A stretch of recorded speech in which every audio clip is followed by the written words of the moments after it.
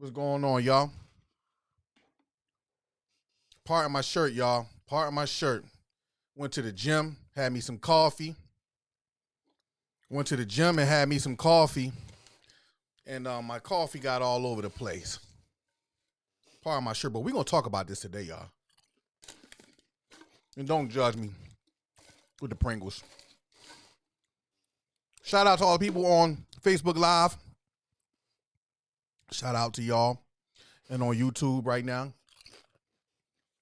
We live everywhere right now, y'all. We live everywhere right now, y'all. And we live on TikTok. We live everywhere, y'all. We live everywhere, y'all. And we live on TikTok. And we're going to have this conversation. We live on TikTok right now. We live on Facebook, YouTube, Instagram. What's up, everybody? I see everybody coming in. Let me get a few more people on here on TikTok, man. Yeah, oh yeah, they coming in. We're going to have this conversation, man. We need to have this conversation. I got everybody live on TikTok, Facebook, YouTube, Instagram. What's up, everybody? We're going to talk about this today, man. Shout out to all the people that's on YouTube and Facebook right now, man. Shout out to y'all, man. Oh, man. Oh, there go my brother James, man. You need to come up here, man. You need to come up here and talk. We need to talk about this, man. There's a lot of blame going around. I'm hearing both sides. And who's to blame? If everybody's pointing to blame, somebody got to take responsibility. Somebody got to take responsibility. Who's to blame? I would love to have some sisters on here, some brothers on here, and we're gonna keep a decent conversation. Ain't no arguing. Let's just hear people. Let's just hear each other out. Why our gender don't get along? I don't know. That's what I'm trying to come. I'm trying to figure that out now. Oh, we got 139 people in the building on TikTok. We got a few people in the building on. Oh man, we can get started now, man. Before we get started, man, let me know where y'all tuning in from, man. Everybody put where they tuning in from at. City, zip code, state. You know what I mean? Put it in here. Oh, I got my brother James coming up. I got my brother James coming up.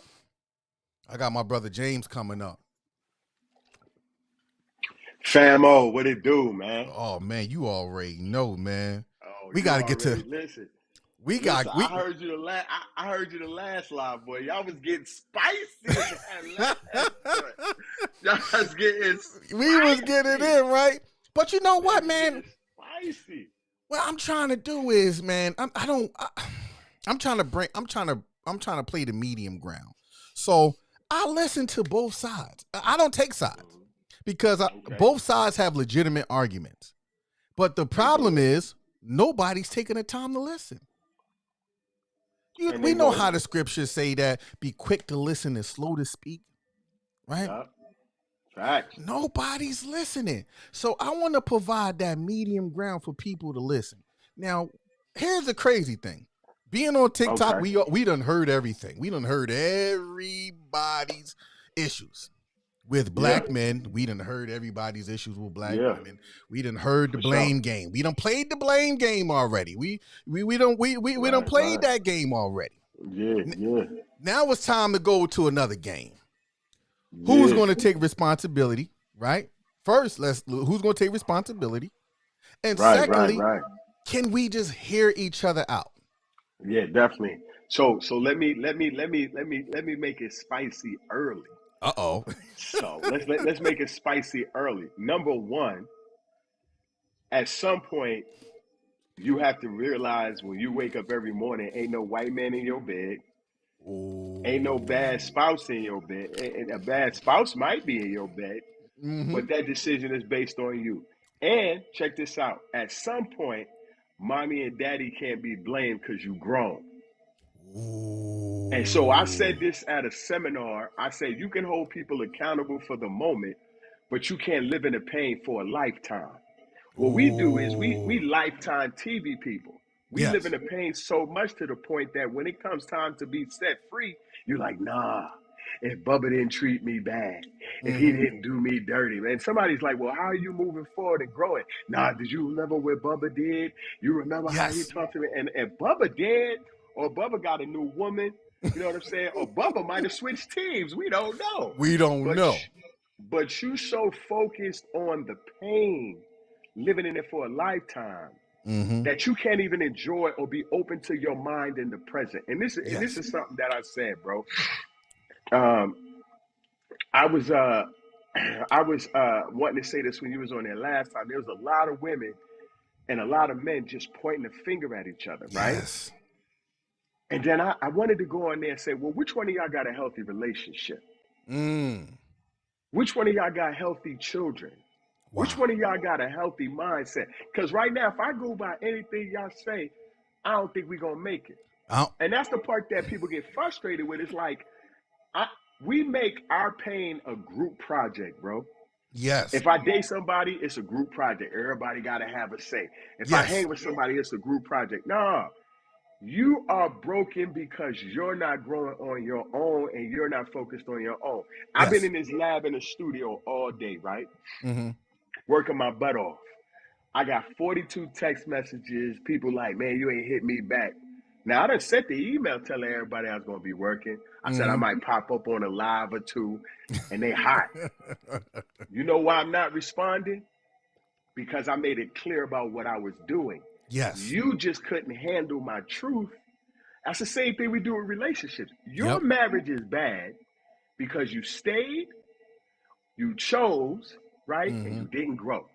So you can't be Exactly. mad at, that's all I'm saying. And when you Yes. had that live, the thing that I did not like was, I don't remember the young lady name, but boy, she ain't never have a good man a day in her life. I could I said tell. this poor baby is suffering. I Oh wanted my to give goodness. her a hug because that's the world we live in. We live in a Yes. world where everything is a shifting of responsibility. I can only be as good to you as I am as good to myself. Yep. Yep. You see what I'm saying? I can't Uh-huh. blame you for me being me, right? And if What's you up, don't Abby? like me Abby. and you don't want to be with me and you don't want to be my friend, like you say, Reese be like, man, JT, I don't like you. Mm-hmm. I choose whether I let your rejection define me. Because only two Yes. ways you can hurt my feelings, right? Two ways. Mm-hmm. If I accept what you say because I value you, Mm-hmm. or I already thought about myself that way. There's no Mm-hmm. other way you can hurt my feelings because there's a gap in space between what you say and what I receive. Yes. Nobody wants to talk about that. Nobody. And here's the thing, right? As I was pondering today, a lot of us, we have been afflicted, right? We all Facts. been hurt, whether Facts. it was a man being cheated on or a woman being cheated on or a man being abused or a woman being abused. Everybody has been hurt in relationships, right? Facts. The problem is a lot of us allow those situations to define us. Facts. And we don't know how to move on because here's the thing.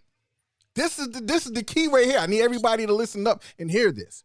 You want to know the reason why a lot of people can't move on and they won't move on? You too. See you tomorrow. It's because they want revenge. Don't you tell the truth on this app, bro. They Don't you want tell the truth on this app. revenge.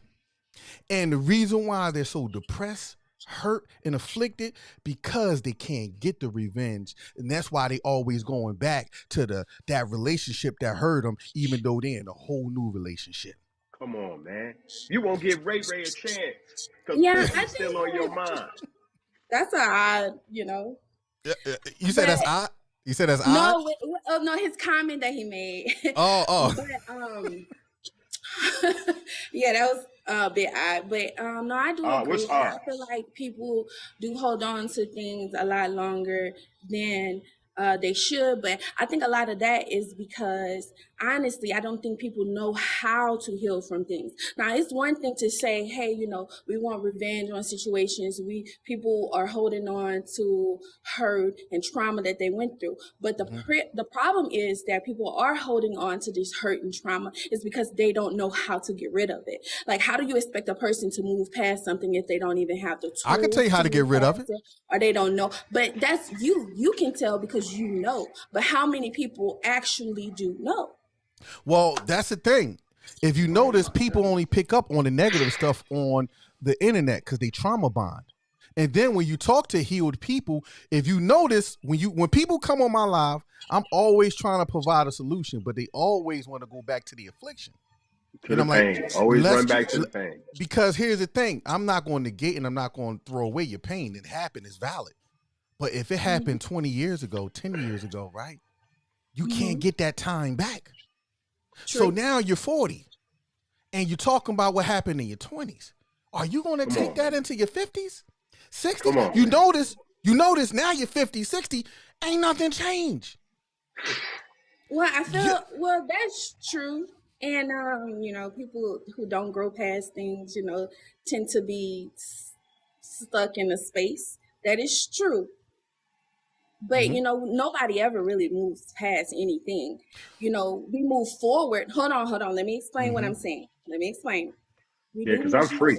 But nobody ever forgets. You never forget the hurt. You never forget the trauma. You never forget anything that ever happened to you. The only thing you can't do is cycle past it. And I don't. Nobody never said forget though. Forgetting isn't the issue. No. I know forgetting isn't the issue. Yeah, you don't forget it. Don't forget it, but don't allow it to dictate your life. That's the problem. Right. And that comes with the moving past part, and like you said, people do have a problem moving past. They do. But then a lot of times people don't even know that these are things that they should be moving past, because a lot of people have generational trauma. Like I'm a 90s baby. So not only in my lifetime, I had to live and improve my life for me, but I also had to improve my life for the generation before me, which was my parents, and the generation that's coming after me. But who put that responsibility on your back? Did you take on that responsibility because you felt like you had to? Or was it placed on your back? Because that's kind of was like placed on my back. It's because like my parents were not raised, I would say, properly, or not raised to be put in a position to where they could see things in a different perspective, the way I can see things in a different perspective. So therefore, yes, things were the main reason why from there. I don't mean to cut you off, but from a historical point of view, all black families in this country was dealt a raw deal as far as parenting is concerned, especially if you think about the last 300 years of segregation and separation. So I don't expect my parents to understand the liberties that I have today versus what they had back in their day, because they didn't have that much, and they only utilized the resources that was available to them. Understood. But just because that happened, just because they didn't have the resources, it don't mean that the trauma still wasn't passed on to our generation. So because the trauma is still passed on, if I don't want to repeat the cycle, that means I have to break their traumas that should have probably been broke before I came along with my own shit. You know what I'm saying? So I don't pass on they shit and my own shit, because I'm still an adult and I still have to learn along the way, and I still have to go through my own process as well. Now, when you say trauma, I have a statement. Go ahead. Okay, so I'm gonna let JT go, but I want to say this: when you say trauma, right? We have to narrow it down, because trauma is a huge word in the context of everybody go through different traumas and afflictions, depending on what it is. But when you talk about on a broad scale, far as like the slavery and the segregation and all that stuff, that's different. But personal trauma, far as let's say your dad was abusive to your mom. Right. So we talk about generational curses and we talk about generational traumas. So my mom was sexually abused. I was sexually abused. You feel me? It's trauma. What's it's going on, real dudes? trauma. And I'm not trying to put my business out there like that, but I'm giving you an example of trauma. Trauma comes sometimes generational. You feel me? And but the difference between my mama's abuse and my abuse is she wasn't able to talk about hers until she was an adult. I fortunately could come forth with mine as a child. to deal with it. You feel me? And so, like I said, trauma, it's trauma, but I'm past it to a point to where I can help other people who are not related to me get past their trauma. And that's what I'm saying. And so that's what I mean by trauma. I'm not just talking about like, oh, because somebody racist or systemic, or we poor, none of that. But Can I say this? Jay itching to get in. Go ahead, bro. I don't believe. First of all, I do not believe in generational trauma.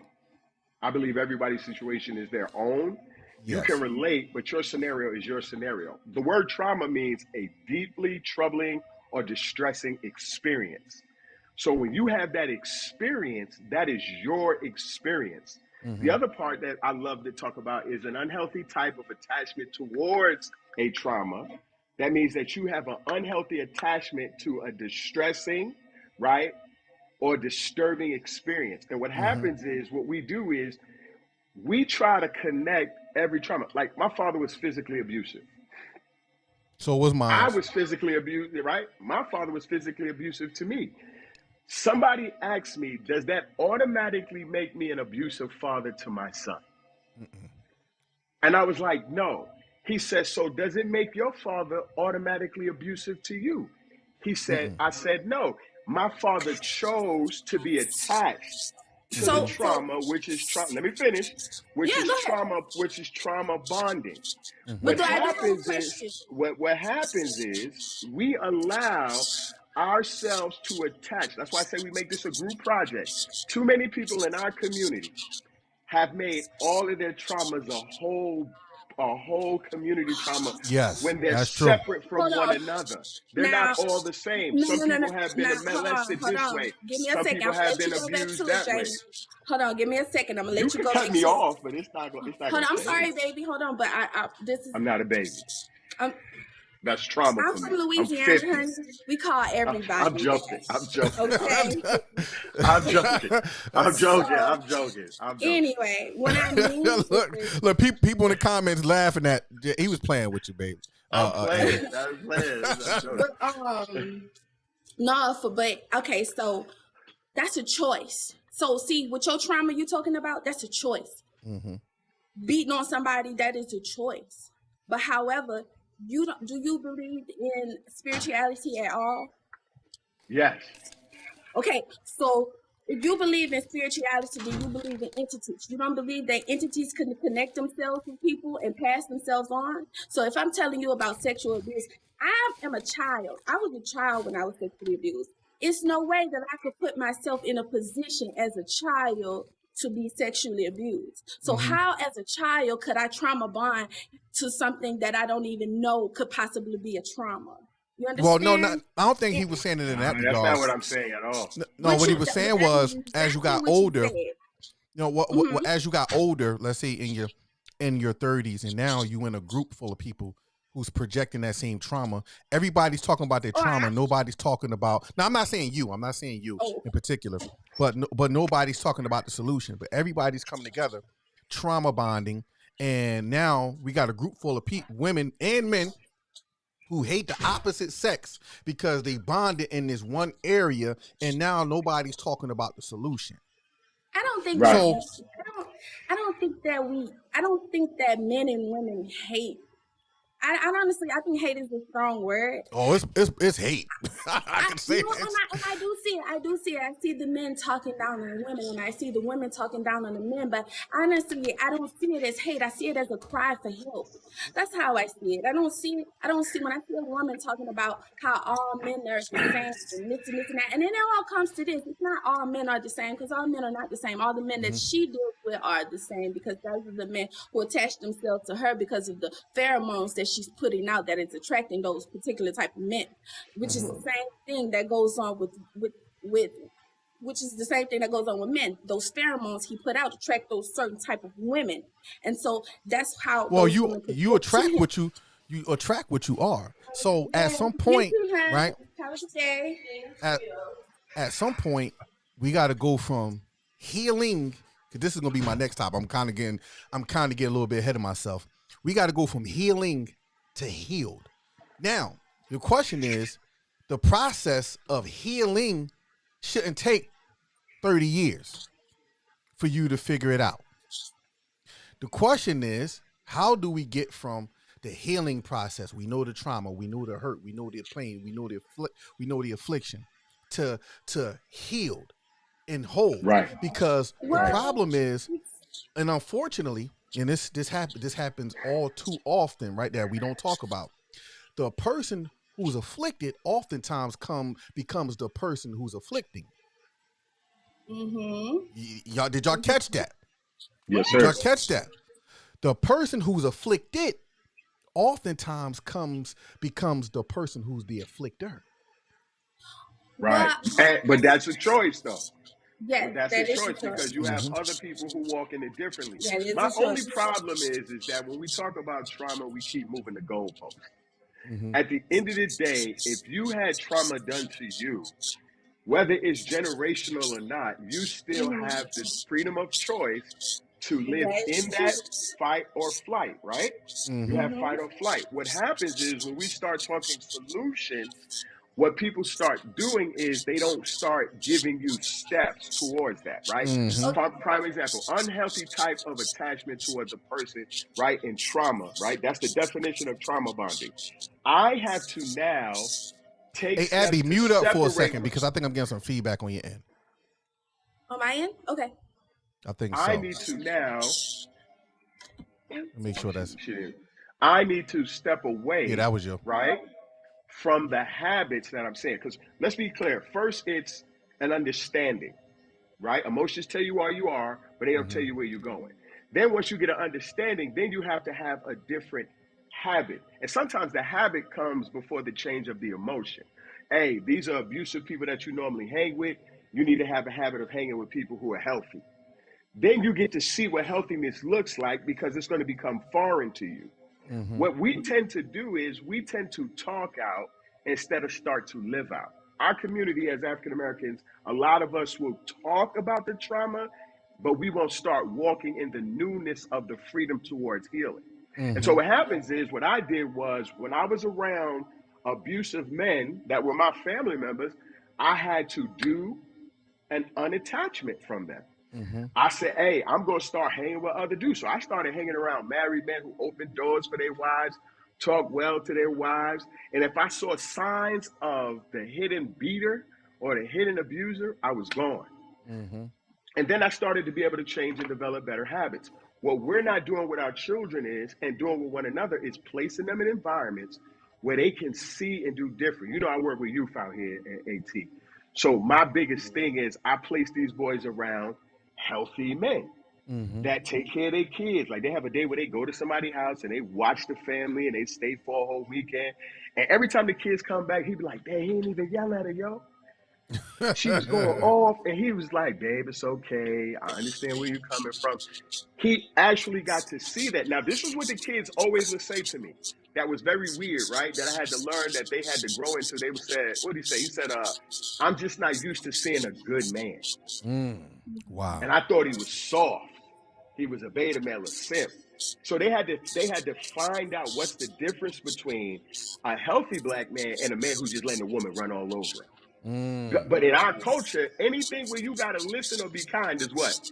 Being soft. Being a simp. Yep. Exactly. So you got to tell them what it looks like properly. And I can't speak for women because I don't work a lot in that area. But I've noticed the more I pour into the young men, the more the mothers come to me and say, "Do you have something for women?" And I say no. Because no, we're not blaming the white man. I'm talking to somebody in the comments. My bad. He's saying we're blaming. No. Yeah, no, we're not blaming the white man. We ain't pointing the fingers on this. We're not pointing the fingers to black men. We're not pointing the fingers to black women. We're not pointing the fingers at the white man. What we're doing is looking at ourselves. We're looking at the man in the mirror, the woman in the mirror. And we're talking solutions. We're not talking, even though the topic is the catchphrase, we're talking solutions. Yeah. Solutions. We're talking solutions. My first solution is a different environment. And on a solution as well as for just now this goes more for adults, especially the adults on this side. If you really want to improve yourself mentally, I find this is probably where a lot of people fall off too, because I know that a lot of people will start stuff and don't finish. And the healing process and healing from trauma is one of those things that you may start to do, but don't finish because it's a painful thing to do. And not Mm-hmm. only is it just an emotional battle, it's also a mental battle, it's a psychological battle. And so when we have a process of just healing in a general sense, we have to also fight our ego. And our ego is in our subconscious mind.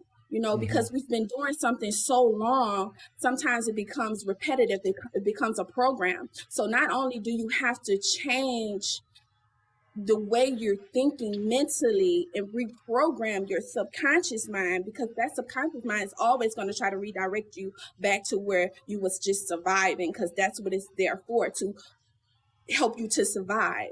And Mm-hmm. so not only is it not just moving past, it's a whole different mind frame to be able to move past a thing that you were used to doing. It's a reprogramming. And it's Now, like, shouldn't that reprogramming, huh? right?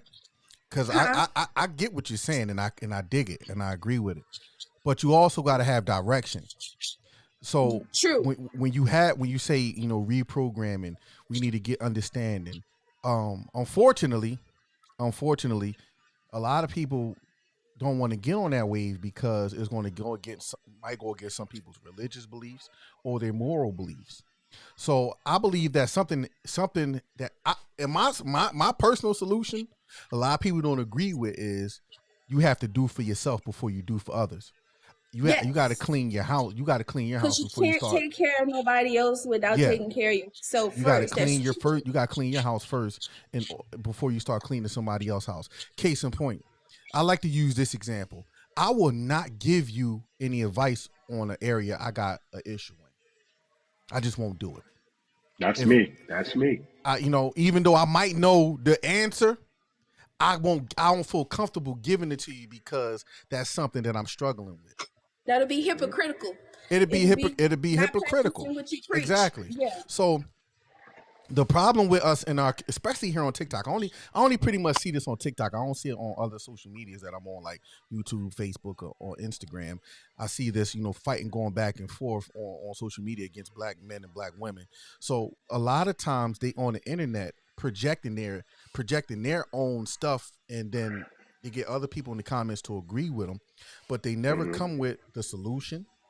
Right. They never come with an alternative to the problem. It's almost like they say what they say and they leave it there for other people to build off of that trauma. So, and I'm like, yo, that gotta stop. That gotta stop. Yeah. And then and then I'm gonna finish, and then you got it, JT. And then we talk about in every community there is a class of people, even black, white, Puerto Rican, no matter the ethnic background, there is a class of people that's the lowest of the low. And unfortunately, we start talking about, some of the Pookies and the Ray Rays and the Keishas and the Lucretia. We start talking about them, and then we put them on social media as if they the projection of our community, which they are not. And the problem is we don't have enough sisters or brothers that's going to say, hey, man, listen, we can't. They're going to do that. The city girls, they're going to be the city girls. The city boys going to be the city boys. But that's not all of us. You're going to have the girls that's going to be loosey-goosey, and you're going to have the men that's going to be loosey-goosey. Well, because most of the, my opinion, JT dropped out? Yeah, it seemed like. Okay. It just seems like because most of the people who know better, they're doing better. Mm-hmm. So, and that's privately, a lot of part of healing and just moving forward is privacy also. Mm-hmm. And so I feel like a lot of good people, a lot of people who are healed, a lot of people who have moved past things, a lot of people who are successful, a lot of people who are breaking generational curses, they do those things in privacy. And they're not really on social media. They're not going to bash anyone because they're not in the business of talking down on anyone. Hold on, real quick, Maya E. Let me address this young lady right here, Maya E. You said he's saying the same stereotypical that divides us now. Who's saying that? Me?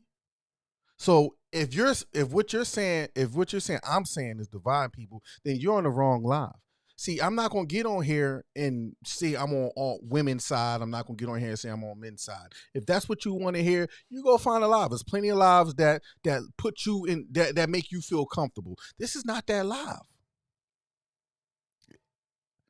I'm letting her finish. I'm gonna let her finish, but you can't be in the comments causing division when everything that I said is straightforward to the point. You didn't hear me point. You didn't hear me blame a woman, and you didn't hear me blame a man.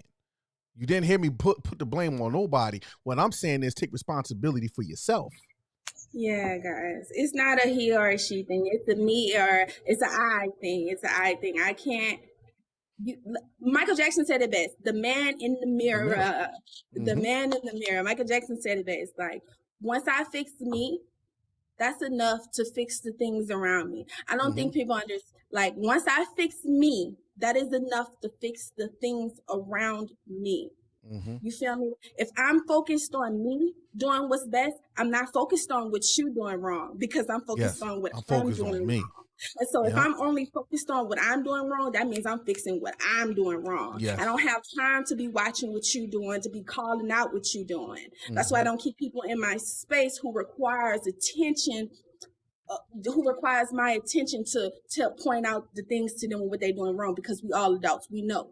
If we don't know, you're going to feel what you're doing wrong. It's no such thing as guessing or wondering. You know what you're doing right, and you know what you're doing wrong. You know what you need to improve, and you know what you're good at. So if I'm focused on improving me, then that's just what it requires. I mean, then that's just what it is.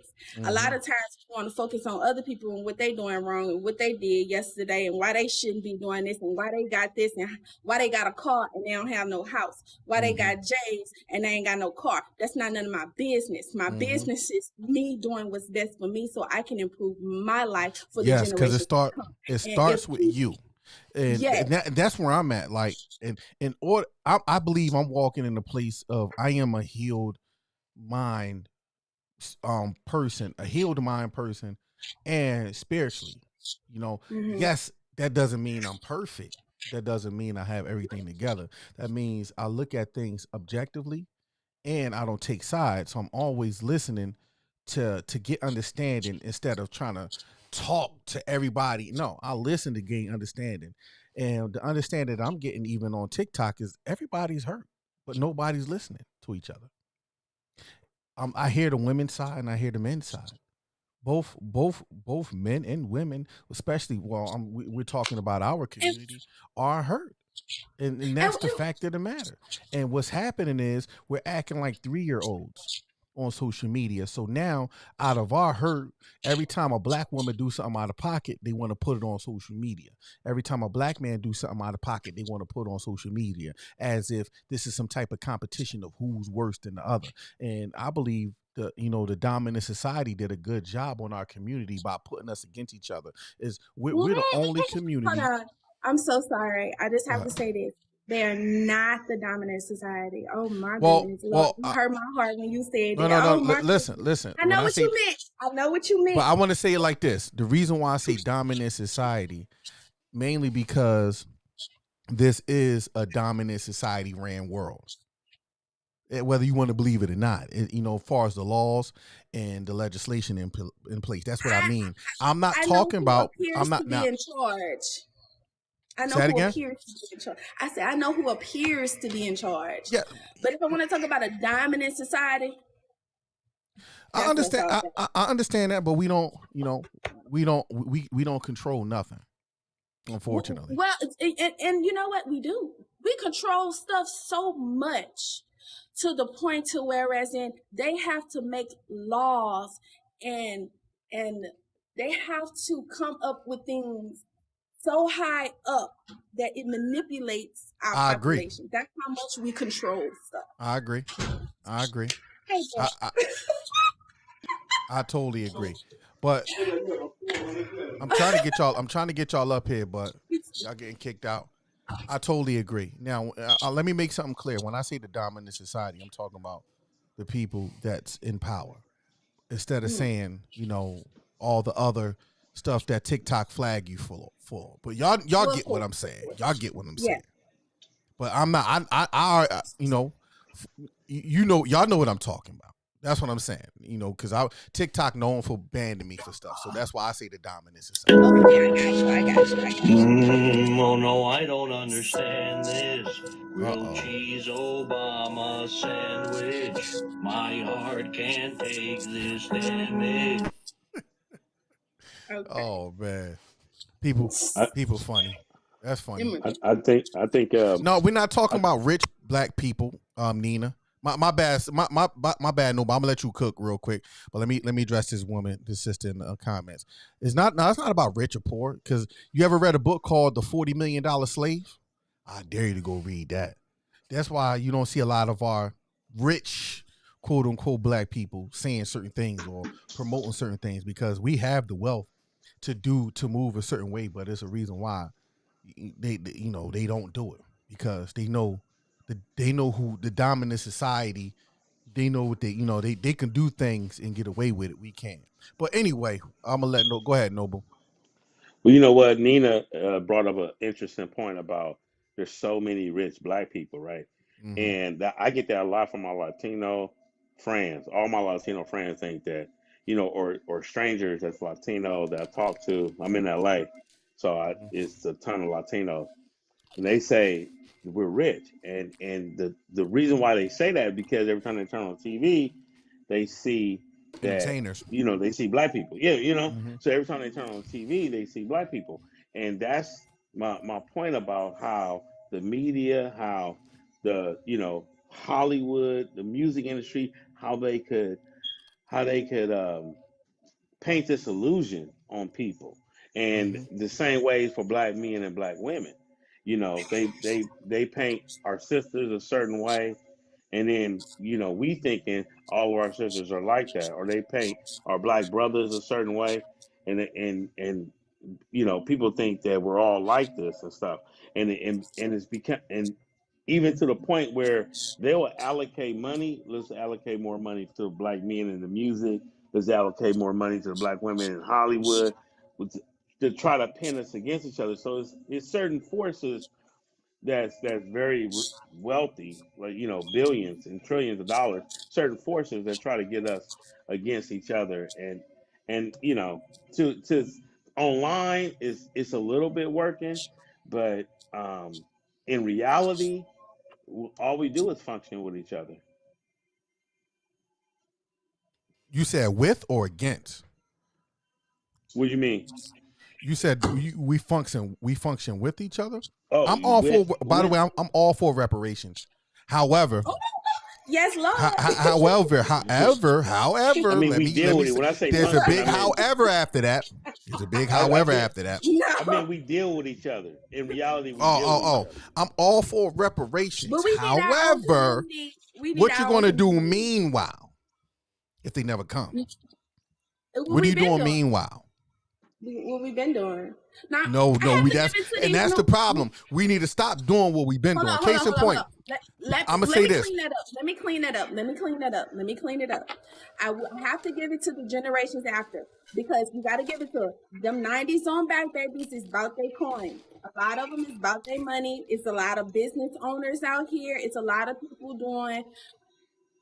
We rebuilding our wealth in the black community, and you can't even knock that.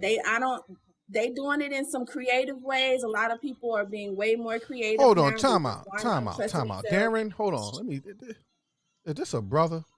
Oh, that ain't no brother. Nah, see, he said, look, reparations is welfare. No, reparations ain't welfare. Because if that's the case, that means more Caucasians getting it than we.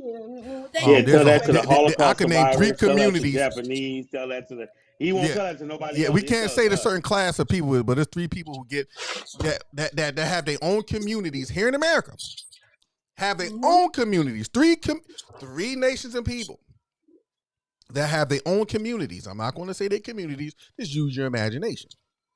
They have their own communities, and they have their own banks. They have their own grocery stores, and they get diplomatic immunity. They get reparations. So reparations, and then you got people like this saying there needs to be repercussions. Okay. What you trying? Look, they look now. Well, you know what? I ain't even gonna get into that because that'll get me in trouble. That'll get me in trouble. I ain't even gonna get into that. I ain't gonna. We gonna stay on topic. We gonna stay on topic This on that. this is all part of this green light against blacks. A Yep. Yep. 400-year Yep. green light. Yep. They can't say that to nobody else, but they They can could say do that the to us. scary talks. I've Yep. been hearing this for 10 years online now about Yep. reparations as welfare. I've been hearing that for 10 years. That is not even your thought. Go home, meditate, and come up with your own way of thinking, because they're gonna control your They way of can't. thinking if you They've don't. never been able to think of anything original ever. Well, here's the thing. Ever. We're not gonna do the Okay, blame game okay. on them, right? So, but let me tell you this. The dominant society. Now, follow me, y'all. Y'all don't have to agree with the verbiage. Y'all don't have to agree with the verbiage, but the dominant society need us under, because we are the mind, we are the driving force. The moment we become on top and we see our own worth, then that means somebody will have to go under. I've always said this, and people hear me say this all the time. The liberals and the Democrats are black people's worst enemies. Let me tell you why. Do you really believe?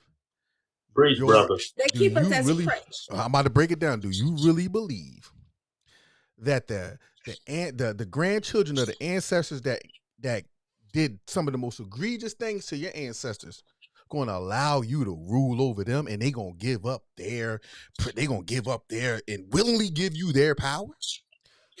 Have you? I don't know. They don't even do that on jobs. But Reese, this is the thing. The world, nothing new under the sun, and the world is universal, which means it's karma filled, which means it's evident to happen anywhere, regardless if the dominants want it or not.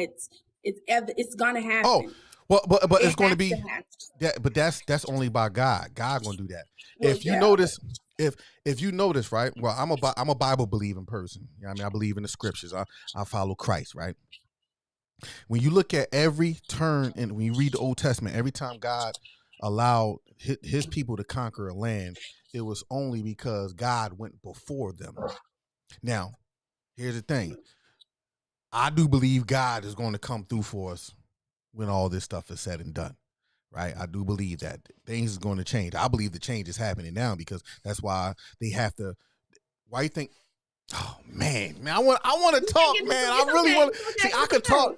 I could talk the way I want to talk on YouTube, but TikTok, man, they got your boys. They got your boys centered so bad, man. It's crazy. I'm trying to formulate the words. Y'all pardon me.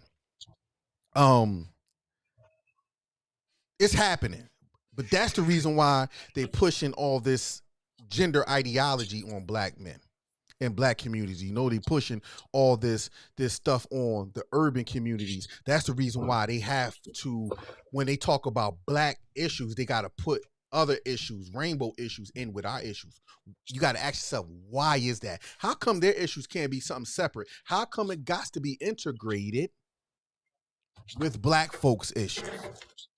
Think about that. Why does it has to be integrated as if our issues are mutually exclusive and mutually together? So why you think everything in the Democratic Liberal Party, right, is pushing only the rainbow and the black woman? How come none of these legislations have anything to help the everyday black man? It's the same thing they did when they did the women, the welfare and the subsidized housing. They gave our sisters the welfare and the subsidized housing, but how come they didn't come up with a program to help these black men get jobs? I'm about to tell you. I heard a lady. She was talking about this, and it made so much sense, because they put the things in front of the women so the women can have the expectations from the men, but knowing that they put a system in place for the men not to be able to attain those things. So that way we look at our men like they can provide these things, but they're not even putting them in a position to where they can provide these things. So it makes us look down on them, demasculating. Did I say right? Emasculating them, making them feel like they're less than men. Yes. When it was a trap. That's what it is. It was a trap. Mhm. Now, That hold is on. what I do now. that answer to all Christopher, I questions, want to Black. say this. My That was talking the end about. of it. Hold on, no, but I'm gonna let you cook real quick. My down talking of the Democrat liberals is not my promotion of the Republican conservatives. Because let me tell you They something. all. Yeah, let me tell you something. The Republican conservatives want to throw black men in jail.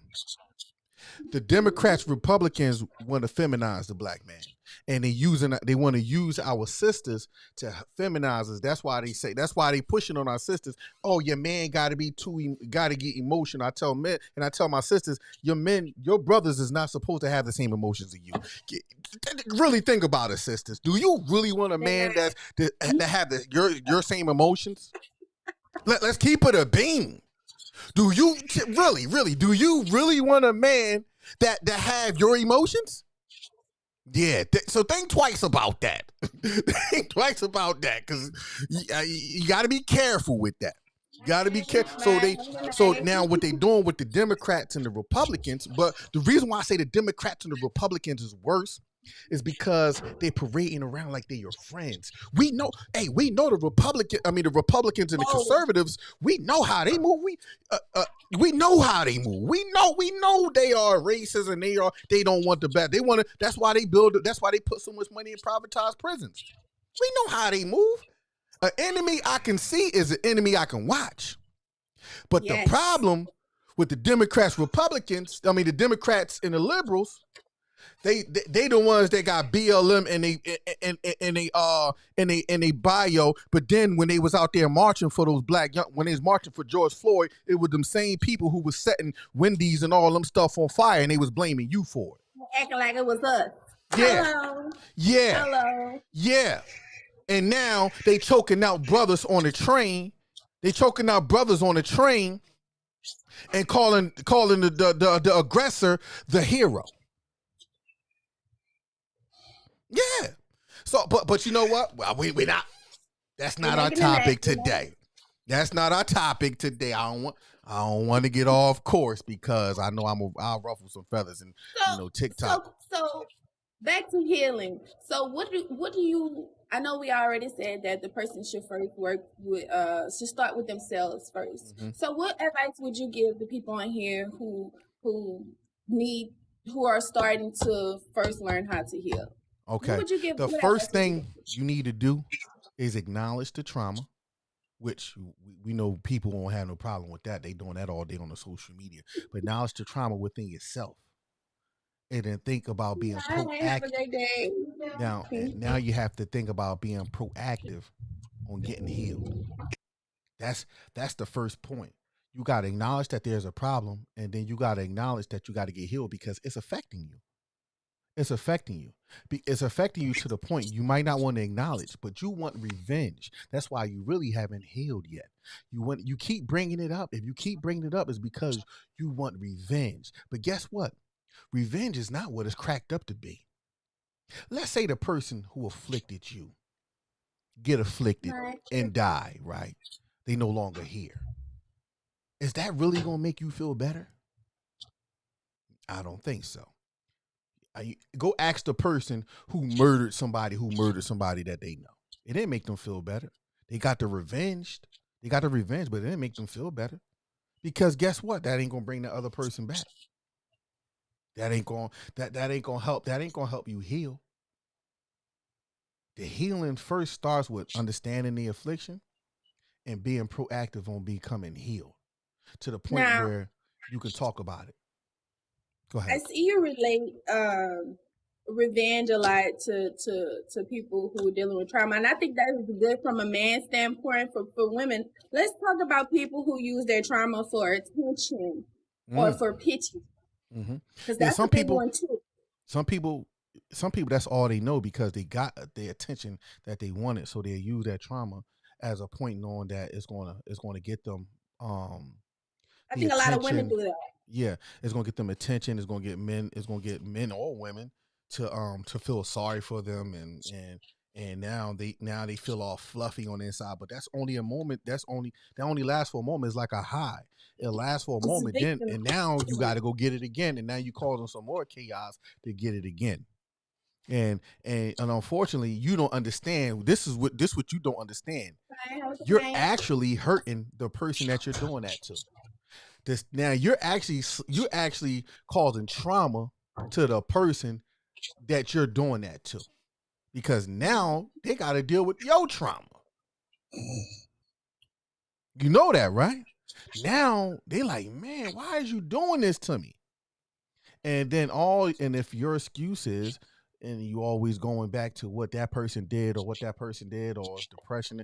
Now, I'm not saying that stuff is valid, but you also got to understand on the flip side of your, outburst, there's another human being who's receiving it. Mm-hmm. And now you're traumatizing that person. You see how it's going. You see how the cycle keeps cycling. Now that person is traumatized by you. So now when they go get in a relationship, they're gonna probably end up doing what you did to them in that relationship. And the cycle keep recycling. It keep recycling. This is my mindset. I come into situations knowing that you probably gonna get me mad. You probably gonna do something that's gonna get on my nerves. But if it comes to the point where I feel like it's starting to be traumatic, I'm out. I'm not even gonna let you get remotely even close to me with you projecting your trauma onto me. I'm not gonna do that. So I'm gonna gracefully bow out the situation, and I'm gonna let you know you too much for me. I can't deal with you. And when you come to the sob stories, but it just happened to me, that happened to me, and I'm gonna say, you know what? I understand, but go get the proper healing you need and come holler at me on the flip, because I can't go through this journey with you. I'm in my 40s. I'm on the second half of my life. I'm only dealing with people who's in the healing process and almost healed and healed people. I'm in my 40s. I can't deal with that type of emotions right now. I probably could have in my early 30s and in my 20s, but in my 40s, I can't deal with it, and I'm not going to deal with it. You got to go get yourself healed.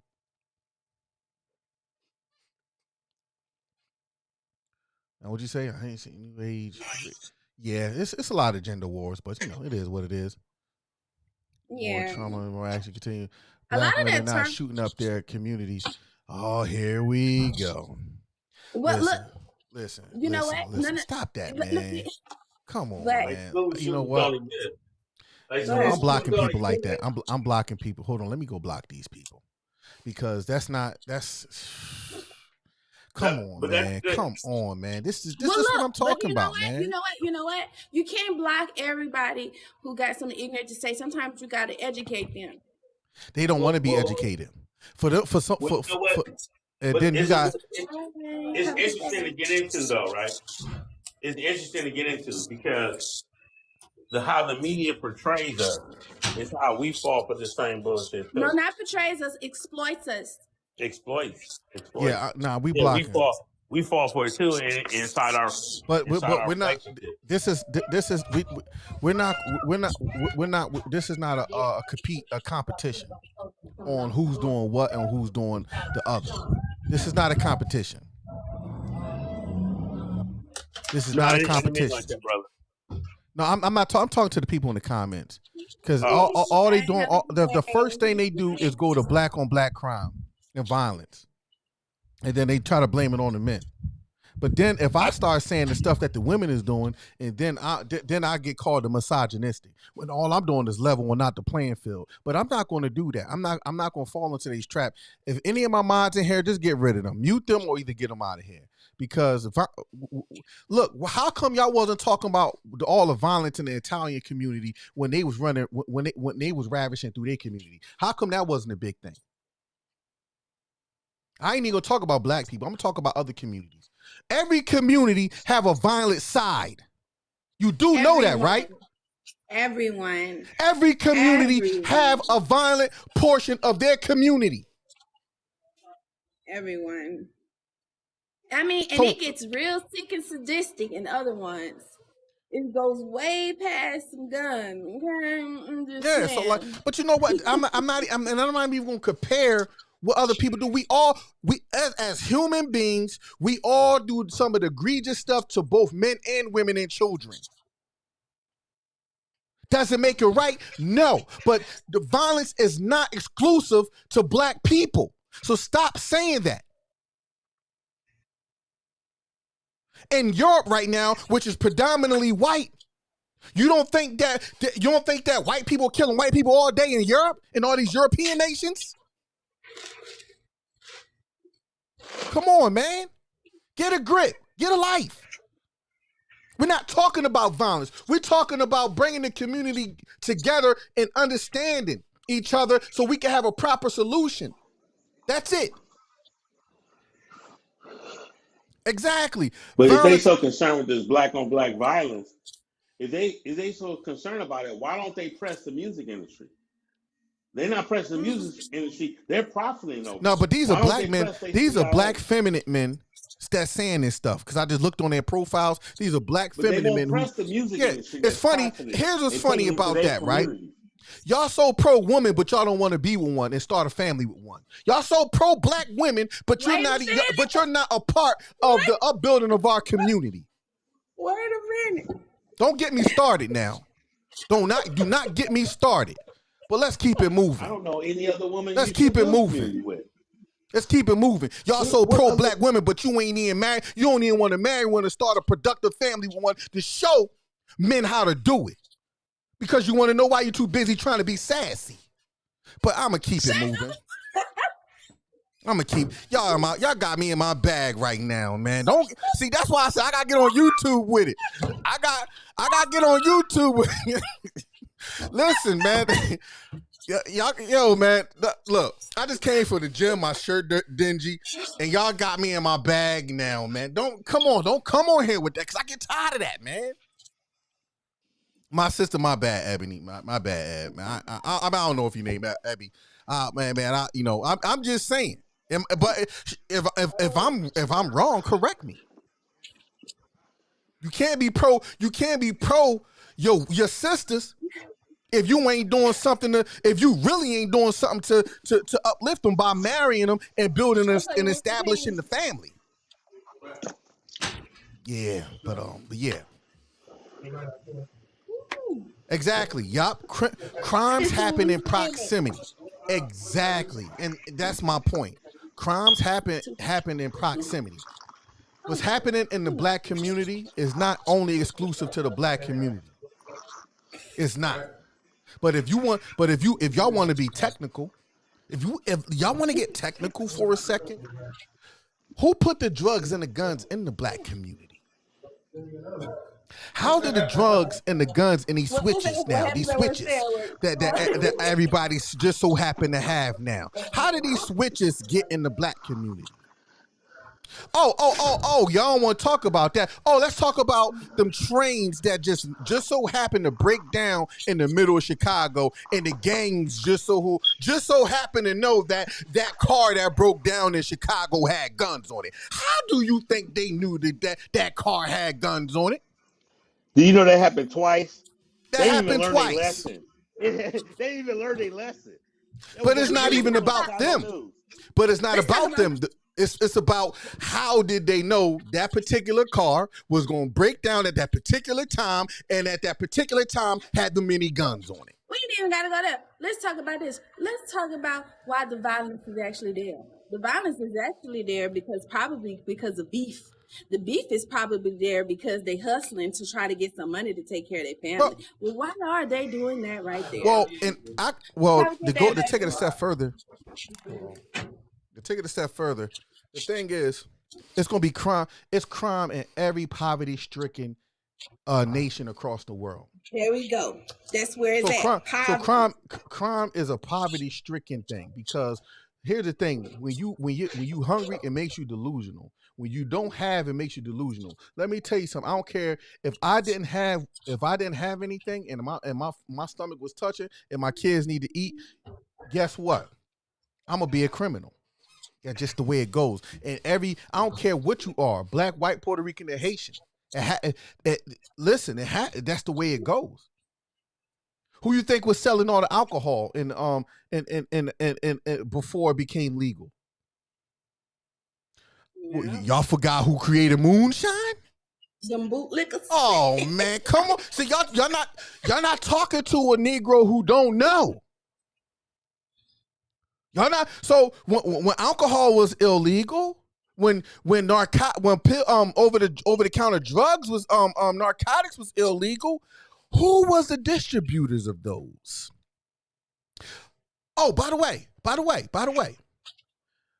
the drug industry is a $50 billion a week industry. $50 billion a week. Who Where the got that money money? at? Who got that money? We ain't got it. The Shoot, hood ain't got it. the hood ain't got it. Ain't got it. Where the money? So y'all want to talk about black people? Where the money? You follow the money, you find the culprit. Now, yes, you want to know why a black man gonna go out there and sell drugs? And our women, and unfortunately our sisters do look down on them because of it. Well, some of them because a lot of y'all like them bad boys. But if I can go from making $120 a day working at McDonald's to making $1,000 a day, what you think I'm gonna choose? What do you think I'm gonna take a risk on? What do you think I'm gonna take a risk on? I'm gonna go get that $1,000 a day. You see what I'm saying? It's the concept of waving the carrot in front of the horse. It's the concept. That's the way it goes. You think I'm gonna go make $120 working at McDonald's for 8 hours when I just got the opportunity to make $1,000 a day? At the house. At the house at that? Yeah, I mean, at the house at that? Chilling with my homies at that on the block? I like my man Siegel said, I take them penitentiary risks. If I ain't had nothing. Now, I'm not condoning that. By no means, I'm not condoning that. But I grew up in the 80s and 90s where people ain't had no choice. They wasn't letting us in their educational institutions. Remember, in the 80s and 90s, you had to have a resume to even go work at McDonald's. And let's talk about the educational institution, about how they, oh Lord, you don't want to talk about how they spread the money out. Yeah. How we get the bare minimum. I'm in school right now, and I get the bare minimum to cover my education, like the bare minimum. Who else getting the rest? Who getting the rest of it? See? And hold on. And look, Darrell Dallas says, you always have a choice. You do have a choice. You do have a choice. But let me tell you something about choice, right? You can starve, right? Or you can get that money if the opportunity presents itself. If you are a product of your environment and you from, like I grew up in Philly, right? I grew up in the hood in Southwest Philadelphia where that mass shooting. I grew up right around the corner from where they just had that mass shooting at in Southwest Philadelphia. I grew up right around the corner from there, right?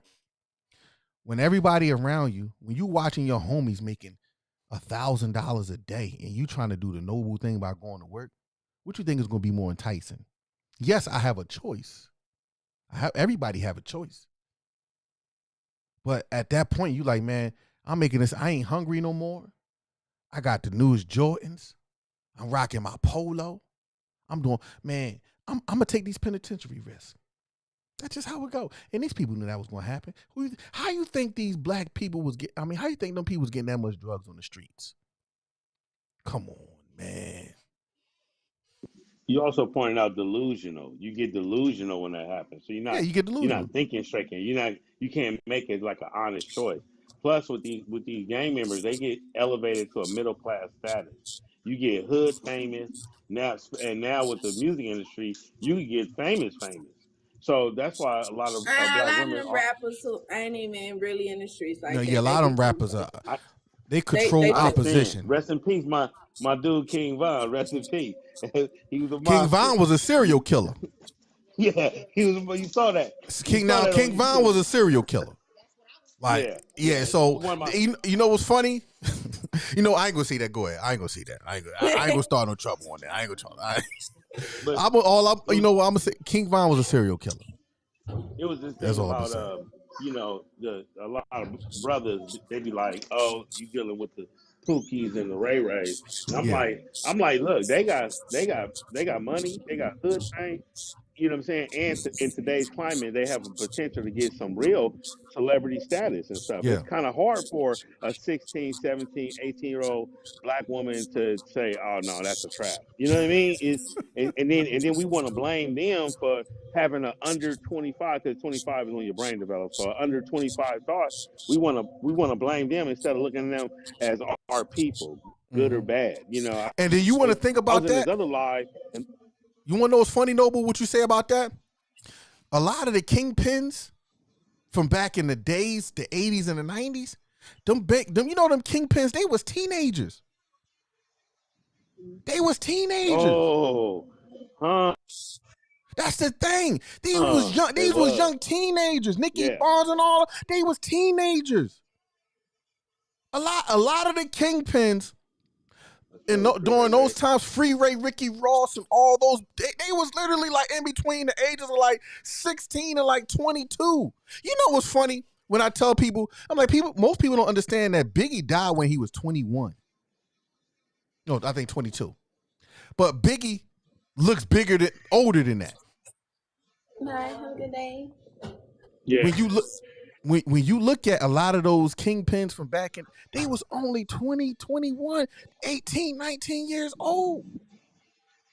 So when people say, "Oh, they ain't had no choice," you can't make no rational decision. Like, come on, like these billions. was young dudes.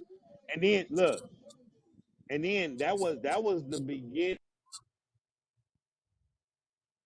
It's ghetto style, because it was literally impossible to be 21 with a Benz and thousands in your pocket. It was literally impossible, right?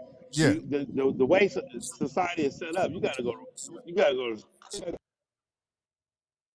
and stuff. So it was too attractive for a lot of women, and then a lot of black men want to hold that against it. Like, you know what I'm saying? Like it was all their decision, all their fault. Just like you were saying about, you know, you starving. You don't. Yeah, we need to get that dude dealing with choices. You're dealing with delusion. Hey, Mods, get that dude Anop out of here, man, because he's in the chat wilding, man. Get that dude Anop out of here, man, because you want? Oh my goodness, he about. You know, block. Hey, Mods, block him, please. Block him, please, because that's a white man. He got a black. This is what they do. They go get black man's pictures and create an account. Yeah, and troll. That's a black dude, because they know the internet version of what they did during the marches. Yeah, exactly. They look at him, y'all. Look at oh man, I ain't got none of my mods in here. Let me go block him, man. You know, I ain't gonna block him. Y'all see what he's saying, right? Y'all see that, right? You can tell that is a non-black person by what he's saying. And that's a shame that they go out here and make fake profiles of a black person, put a black person's face, and come. That is sick in the head. These people are lunatics. Look at glasses. Thank you. Sick. These people are out of their mind. Look at them. Y'all. You know, you got to be mentally ill to sit there and make a fake profile of a whole different other race just to go and harass that race. Yeah. But we powerless? Who really has control? What black person call another black person a powerless buck? like who? I ain't never heard that term before. Bro. Y'all see this, right? I ain't never heard a black person call another black person a powerless buck. Man, these people are going crazy. Listen, man, we ain't got no. Listen, this is not your conversation. I ain't got no beef with. I got a lot of non-black friends that I love. You know, I ain't got no beef with no non-black. But you know, if any of my white friends in here, man, get y'all boy. Because look what he's doing for no reason. Boy. They're like, that ain't my boy. Yeah, like don't yo, put look what on he us. doing for no reason. We talking about black people issues and how can we reconcile? And this dude in here, come on, man. We talking amongst If our anything, community, it's still, and this the first thing they say, look, y'all need to help your own community. You got a brother if and anything, you got two brothers and a sister on here that's providing solutions for our community, and look what they doing. if Look what anything, you see what I'm saying? white people need to be Antagonizing like they they need to always be do. trying to figure out how they created a Jeffrey Dahmer. If anything, they still should be contemplating. I know that was But you know, 91, but they How? should How? they Oh, should no, be in their no, no, no, no, communities. honey. They've been having Jeffrey Dahmers since the beginning of time. That's why they had these picnics and everything. That's why we got all Yeah. these cities that we used to own underwater. They've been them but you know all what? along, honey. But hold on, It's just hold on. illegal now. We not we ain't gonna do That's that. deep, We ain't gonna do that because we already know we already know the history. You know, just think about all we gotta do is just think about how America was formulated. We know the history. That's why I always tell black people we don't even have to compare the nonsense because you want to talk about black people are murderers and violent. Did y'all forget about we just celebrated July 4th, quote unquote, the supposed Independence Day of America. You want to know how many people died? You know, I ain't even, shut up. Let me shut up, man. Because y'all gonna get my live cut. Y'all gonna get my live cut, man. They respect men in dresses. They think they progressive. Yeah, but you know what? Let's get back on our topic. This is what they want us to do. They want to cause confusion so we end up getting off our topic and stop providing solutions. It's a lie. I just want to leave you with this thing. I got to go to work, but I'm going to leave you with this thing right here that it's mostly internet based propaganda about black women versus black men. Out in the streets, we good. Yeah, we know we all we got. That. Oh yeah, absolutely. We know what love that. We all we got. We good. We all we got. Yeah, we know. So, and absolutely. And they want us like oh boy, like powerless buck right there. They they want us. We don't want them. That's their new nickname, huh? The powerless bucks. Yeah, I ain't never hear a black man call another black man a powerless buck. That is crazy. Thank you for I didn't think Uncle Ruckus would say nothing like that. Appreciate you, Noble, man. Come up anytime, man. Come up anytime, bro. Oh my goodness. Yeah, that's crazy. We say abortions don't allow more than all of us. Yeah. But you know what? Look, I'm one of those people that I studied the life of Christ, right? There's one thing Christ Jesus did that I love that he did. He never talked about his enemies. He never talked about other religions. He never talked about what's on the other side of what he's doing. He always stood on truth. He stuck to what he believed in. And that's what I'm doing. I'm sticking to what I believe in. I don't talk about them folk. You want to know why? Because I know their history. I know what they do. I know what they're capable of. I'm coming to my community to provide a solution. Because we don't need to talk about them. We don't need to talk about them. They got to make themselves look better by making us look bad. They got to. That's just the name of the game. You see what I'm saying?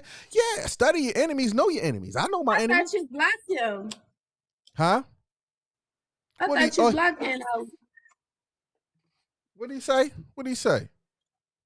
It's 38 people maybe here. I'm looking at an old Miss. Go build something. Look at now. I'm gonna let him stay here because he's actually.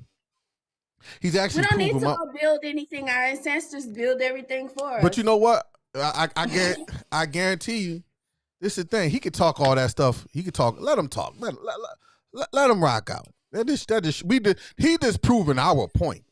You see what I'm saying? It is proving our point. They don't want it. They tell us to go pull ourselves up by our bootstraps, and then when we lace up our boots and get to working, now you better go build something. We already built it. You already did it. We already did it. Oh! And by the way, what did he say? He said, "Hold." He said, and white people got it all. White people snatch it. Built in white people snatch it. Come Happy on. day. Yeah, let him keep talking. What you doing? That's borrowed time, Yeah, baby. what you doing? What you got going on? It's borrowed. Huh? What you got? What you got going on? What you got going on? Still living? Let us see what you built. Yeah. What you got? What you got? That trailer. Mm-hmm. Got that trailer over there. That pickup truck in the yard. What you got? You worrying about what other people got? But anyway, let's stop. Let me stop. Let me stop with them. But yeah, man, the solution is here's the thing: there's no one to blame. Black men or black women. They trying to turn us against each other. And here's another thing: a man shouldn't be in competition with a woman anyway, and vice versa. And a woman should not be in competition with a man anyway. Yeah, vice versa. Because I ain't in competition with no woman, whether you black, white, Puerto Rican, or Haitian. I'm in competition with other men. Period. Wait, it's not. One thing I don't like that they did is which something I had to learn how to do, and something I'm still learning how to do. A lot of what they did with removing the man from the home in our community, it caused us to be so strong and so masculine. And I'm learning, like, once I had got myself together and I manifest, who I wanted to be with, the type of man I wanted to be with, I had to learn how to be feminine. I had to learn my place.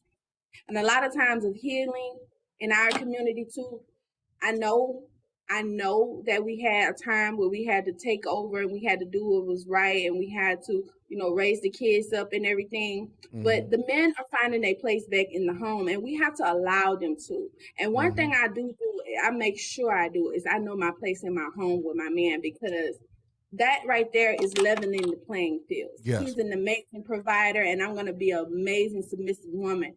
And I know a lot of times these women be saying, they don't have anybody, but they are. There are a lot of great, amazing men out there. It's just that has to be what you want. Yes. A lot of times they complain about the men that they're getting because those are the men that you want. You can't expect to have a man who gonna bust somebody up for you and be ready to fight at the drop of a dime and be in the streets and also be a man who also in the home and doing these different things. It's nearly impossible. If you want quality time, you need to get you a quality man. Look what Annie Op just said. How come I can't pin comments? They not allowing me to pin comments right now. Look what Annie Op just said.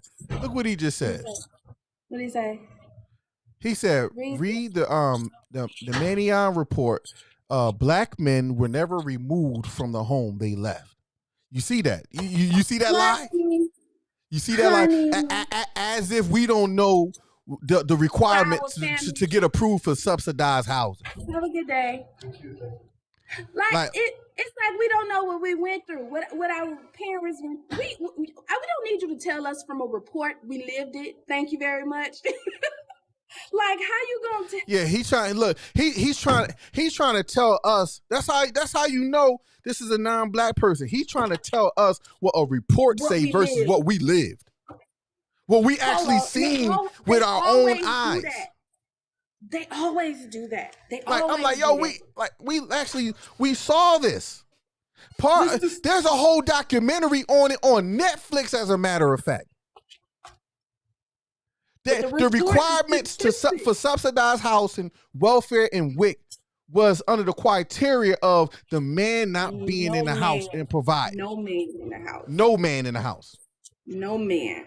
Come on, man. And then the children had to be out the house by the time they turned 18. Let's talk about it. So if the woman wanted to keep her housing for her younger children, she had to put the kid out by 18. Yep. Yep. Hey guys, have a good night. Thank you. Yeah. Come on. But you know what? Look. Report lived. Oh. What's up? Got my man Rob in the building. What's going on, Rob? He know. Look, we from the same block in Philly. We from the same block in Philly. We could talk this stuff. Yeah.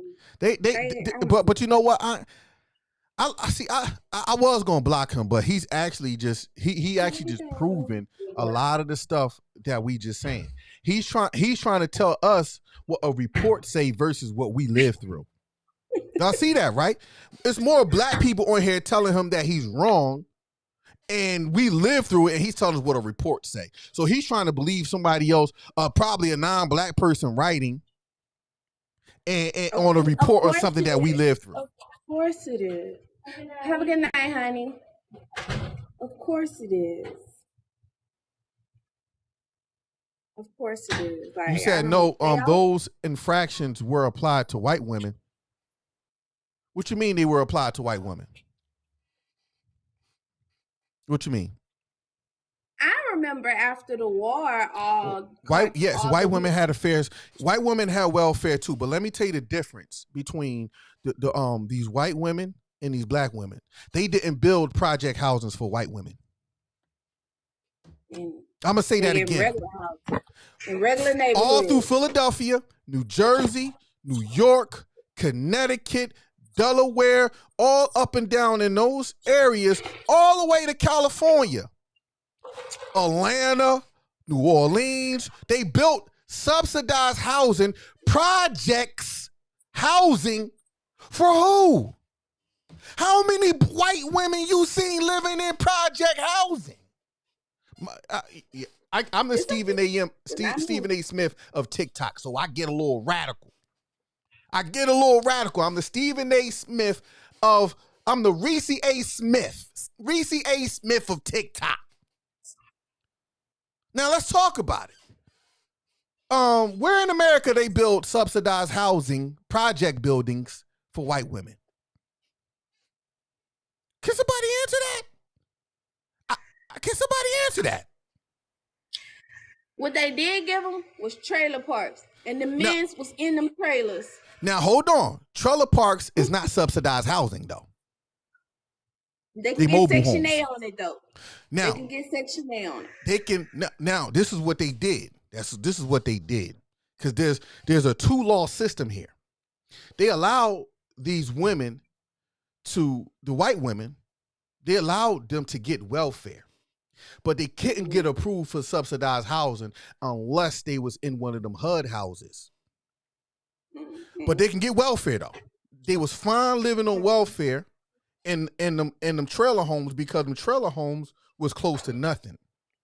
But they couldn't get subsidized housing for it because the requirements of subsidized housing at that time, they had to live in a HUD house, which is the projects. Come on, man. The history is there. So it's cool. They could live. Now, here's the thing. And then what they did was a lot of those women, they did odd jobs. They worked at the local diner. So they was getting their welfare and they was working under the table jobs. That's how they was getting all these little diner jobs and all this stuff. These restaurant jobs working under the table, and they was so they can get income. But let me tell you the difference between what they did with those people and the black women. Black women had to report to their social worker every month. The social worker could pop up. The social worker could pop up at the house at any given time on any given Sunday. Come on, y'all not talking to. Listen. And then they made it for what? Hey. Have a good night. And then they made it to whereas then, I don't know if you know, but if they were getting those assistance, they couldn't make over a certain amount of money, which was barely enough to afford rent at any other place. Or they would cut them off. So they kept them they kept them to where they only could make a certain amount of money. And I know it was a little bit of money. I think it's like $300. They couldn't make over a certain amount of money a month, or they gonna get kicked out their place. Look at the comments. They know I was speaking facts, right? Look at the comments. They know I was speaking facts, so now they deflecting. Okay. Now they deflecting, y'all. Y'all see that, right? All right. Instead of agreeing with me and knowing that I was speaking facts, they deflecting. All y'all got to do is look through the comments. They deflecting. Instead of rebuttaling what I'm saying. Baby mamas are targeted by the government, which forces those options to. Yeah. Look. He said. Look. I've said black women were literally raising white children. Well, whatever that means. You see, he's deflecting. But that's prior to the time we're talking about. We're talking about another time. We're not talking about that. Yeah, we're not talking about that time. We're talking about the time that I lived through. We talking about the time that they living through right now. Yeah, and yeah.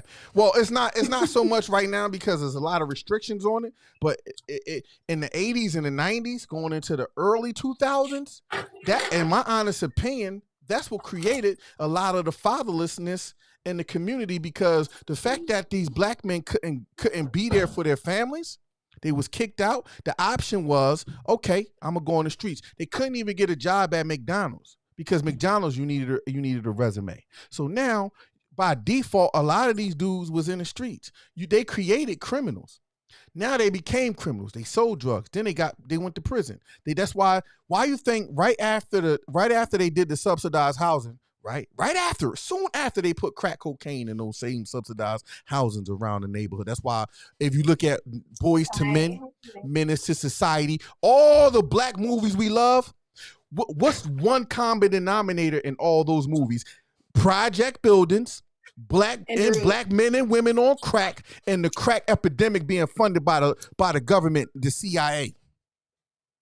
You do know that, right? It then followed right after the crack epidemic. They started building privatized prisons in 87, going into 88, and then they built that 93 crime bill, guaranteeing the government that the prisons will remain full. Look, how don't y'all see all that stuff lining up? How, like, this? It's like right there in front of y'all face. It's right there. Well, in order for them to see that, they would have to admit that their people is just jacked up, and they don't want to admit that. So that's why they in delusion. So, see, here's the thing. You want to talk about who made the movies. Yes, we made those movies projecting our reality on what your people did. Hip-hop was born out of the struggle. First of all, it wasn't even about the movies. You missed the whole point. Yeah, you missed the whole point. That's the truth. But you know what? Biden wasn't the only one that wrote it. In order for it to get passed through the Senate, the Republicans and the Democrats had to vote on it. In order for it to get passed, you do know that, right? In order for it to get passed through Congress, both the Democrats and the Republicans had to vote on it. You do know that, right? You know that's how politics work, right? Oh, and by the way, for all you Trump lovers, Trump supporters, the Biden helped write that bill. It got passed through Clinton's legislation. I mean, through Clinton's administration. But guess who spent $10 million into donating into Clinton's administration back in '94? You guessed it, your boy Trump. Your boy Trump. Don't let them fool you. See, that's what they're all friends. See, they think they talking to one of them Negroes that don't know. They think they talking to one. No, you're not. You're not. I'm a reader. If I show y'all all the books I got in my Audible, y'all be like, what? I read and I observe. I don't play. I don't play sides. Did you read Outwitting the Devil? Oh yeah, I got that book right now. Mm-hmm. I got that book right now. Yeah, mm-hmm. I got it right here. Let me show you. That one really messed their head up. Yeah. Yeah. The color compromise. Read that.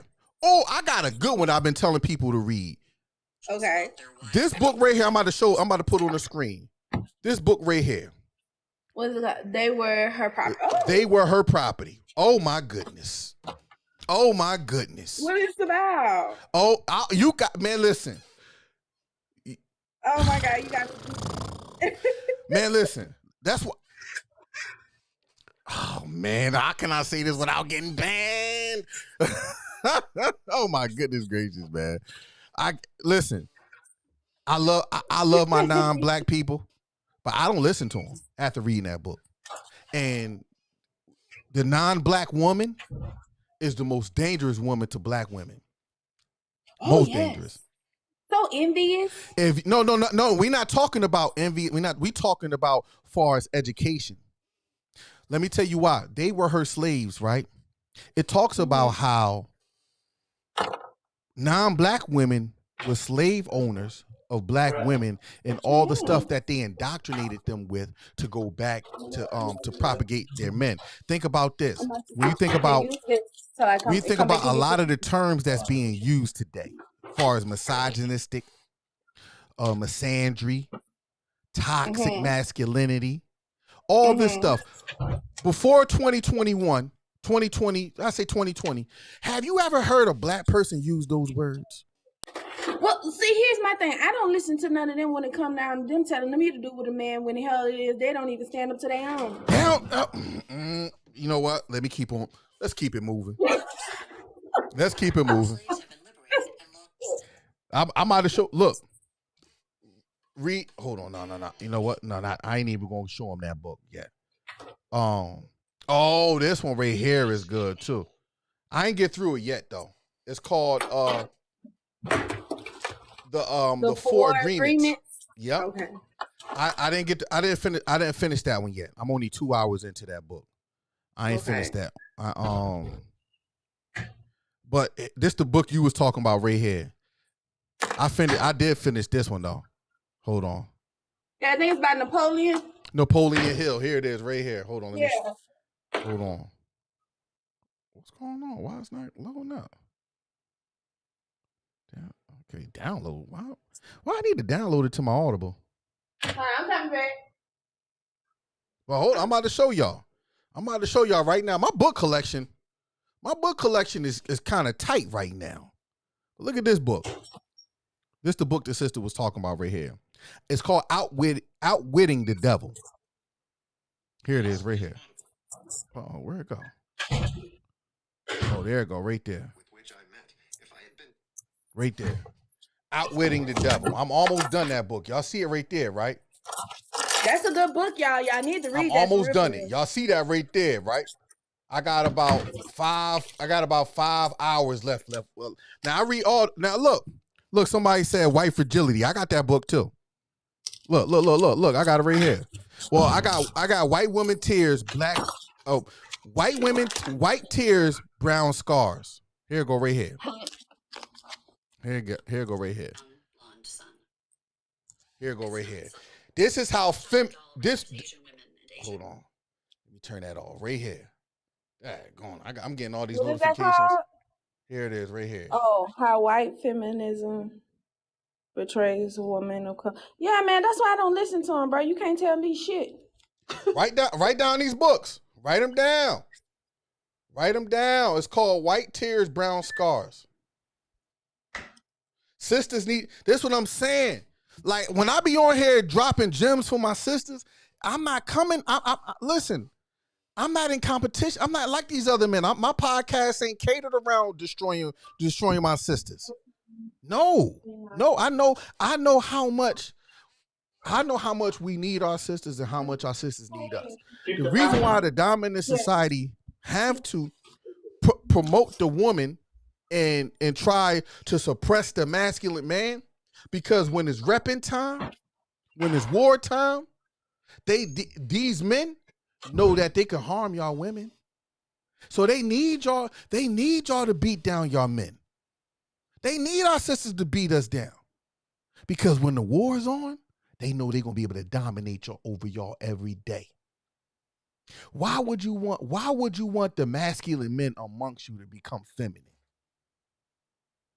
That destroys any society. Black people is the only people that's trying to win people over by education. You ain't never hear no war be won by outsmarting people. It was always repping time. War always requires violence. Nobody's to blame, sister. Hey. We gotta look at the man in the mirror, sister. That's who you blame. I mean, Ray, my bad. I don't know if that is a sister. Who to blame? You to blame. I'm to blame.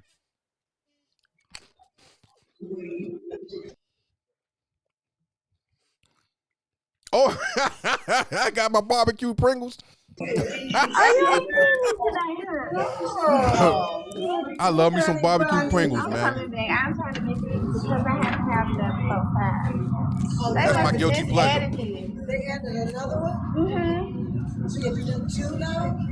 Mm-hmm. But one just the outside mix. Mm-hmm. Oh, yeah. I'm sorry. I'm a mute. Oh, I was about to mute you up because it's getting a lot of feedback. But you go. Yeah. So, yeah, my solution is look at the man in the mirror. Take responsibility. Look at your own trauma. Look at your own hurts, and begin to heal from there. I don't deflect. I don't deflect. I'm not going to deflect. I'm not going to say, well, black women and black. I'm not going to do that. I'm not going to do that. We all. I liken it to this. I said this on my my podcast the other day.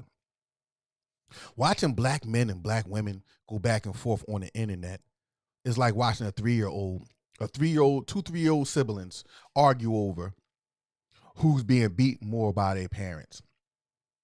So when I hear black men and black women say, when black women, unfortunately, our sisters are saying black men was a part of the patriarchy, as if we don't know history. We haven't seen the history books of, I don't know, no black man who was a part of the patriarchy. But patriarchy is not a bad thing. It's not a bad thing. There's abuse in everything. There's abuse in everything. People abuse their power in everything. Just because you don't like the word patriarch, it doesn't mean that patriarchy as a whole is a bad thing.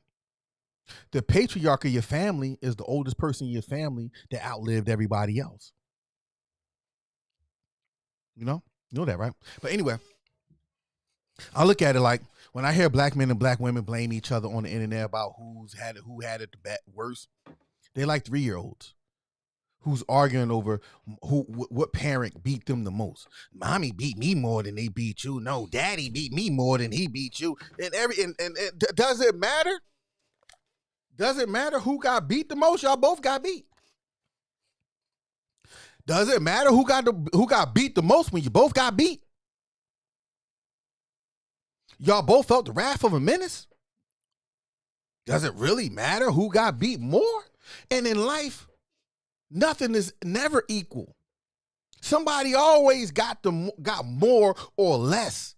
But does that matter? Nothing is never equal. So why are y'all trying to?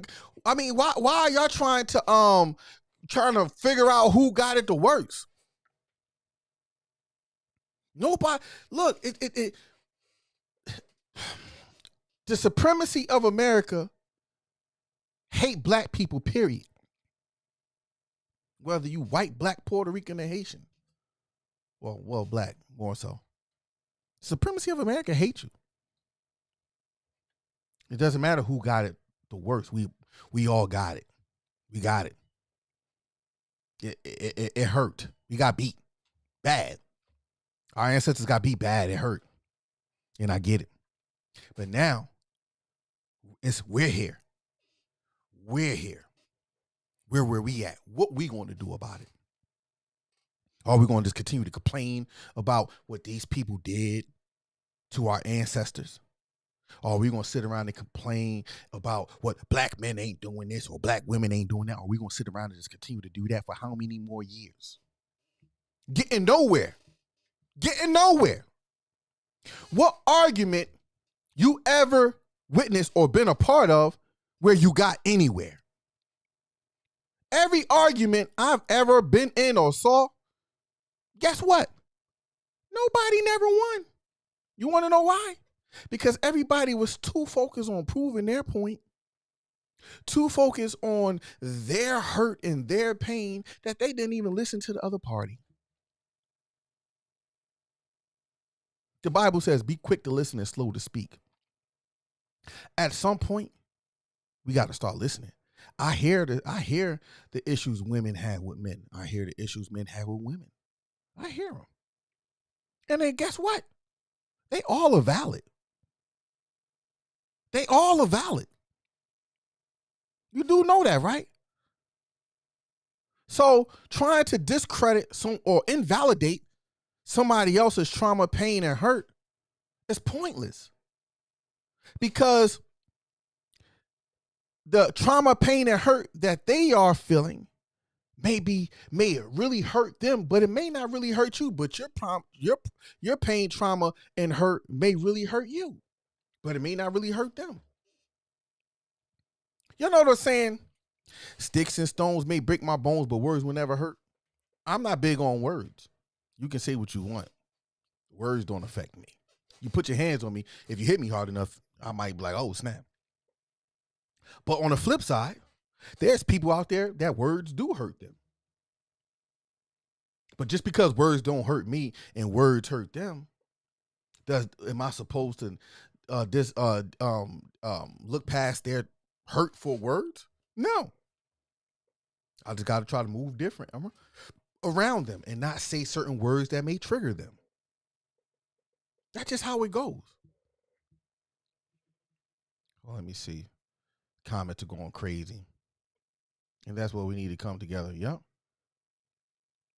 We supposed to be trying to make a better world. I ain't trying to make a better world. Unfortunately, I don't want to make the world better. I don't want to make the world better.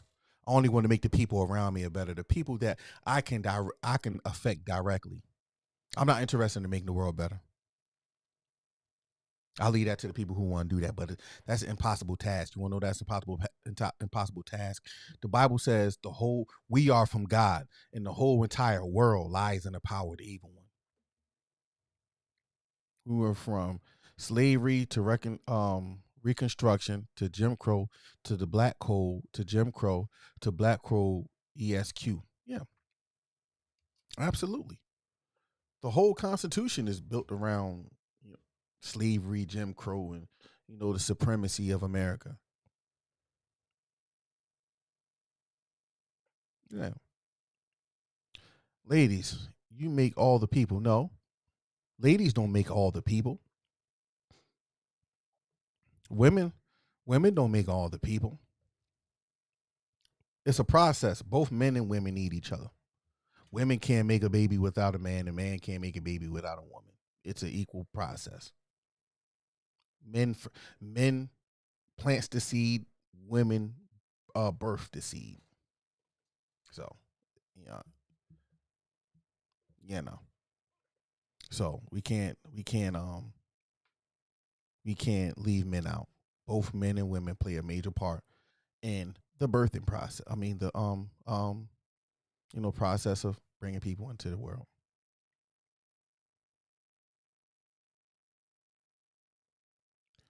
Yeah, I don't think this is your conversation, Darren. You're not a black man.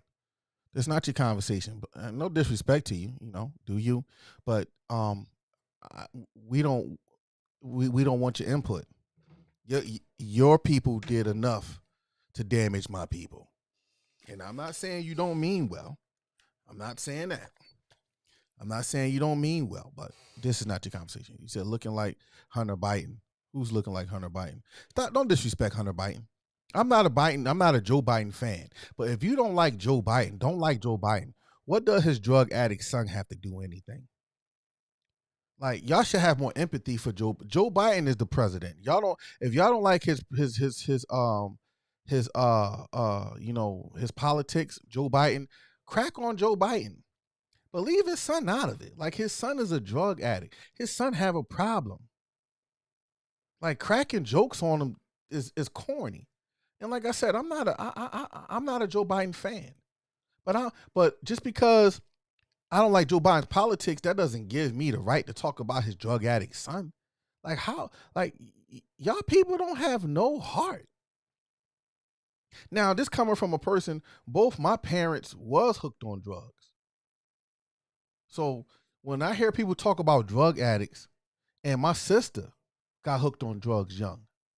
So when I hear people talk about drug addicts, I take it personal because sometimes, that stuff, people who's really sick when it comes to those drugs.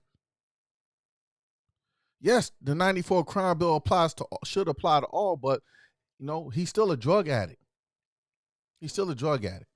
And what they did to black people in 94 by throwing us all in jail, throwing black people in jail for the drugs, and then in this time they sending people to rehab, yes, is bad, and I believe God is going to handle them for that. But at the end of the day, leave Hunter Biden alone. He's a drug addict, man. He needs help. He needs help. That's all I got to say. Like I said, I'm not a Joe. I mean, I'm not a Joe Biden fan. I don't know too much about Hunter Biden, but what I do know, he's a drug addict, and it's messed up. It's messed up. He's a drug addict. He needs help. Period. Have empathy for Joe Biden. I mean, for Hunter Biden. You ain't gotta like his dad, but daggone it, leave the boy alone. How many of y'all got family members who's on drugs? How would you feel if people would talk about them all crazy?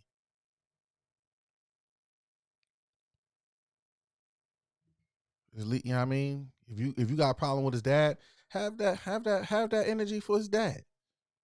Have energy for his dad. But you know what I mean?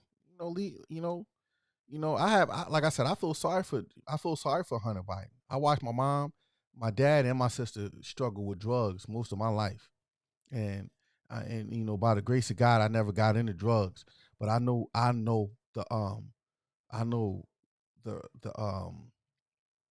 outcome of that, and my dad, my mom, and my sister is no longer here. They all done passed on. So yeah, I have a problem with the laws too, but unfortunately, we can't do nothing about it. So the fact that we can't do nothing about it doesn't mean we have to, look at Hunter Biden as if he's the enemy because of his dad's transgressions. His dad did that, not Hunter Biden. Now look at that. This could actually be Joe Biden's karma. What's Sleepy with the Joe law? did? Let me say this, and I'm gonna let you cook. This could actually be Joe Biden's karma, or what comes around goes around. Joe Biden put them laws in place to hurt black people. Now look at his son. You ever look at it like that? What's going on with his son? Hunter Biden is, he's like hooked on drugs and stuff like that. He's he's a real bad drug addict, and I just don't like when black people just like clowning him. Like, we shouldn't do that. Like, we shouldn't be going tit for tat with these. Good night. Can I stand for overtime today? No, I ain't saying you call him an enemy, but you shouldn't be crying. You shouldn't be cracking on him. Like, but this, like I said, this could be Joe Biden's. You know what I mean? His son is now a drug addict. The very thing that he fought against in that 94 crime bill is now his son. Look at his son. That's all I'm saying. That's all I'm saying. Y'all tap that screen up for me. Y'all tap that screen up. It's 8:00 already. Well, yeah, what you was about to say, sister? You still stay out in Chicago? No, I'm in Georgia. I'm in Atlanta. Have a good day.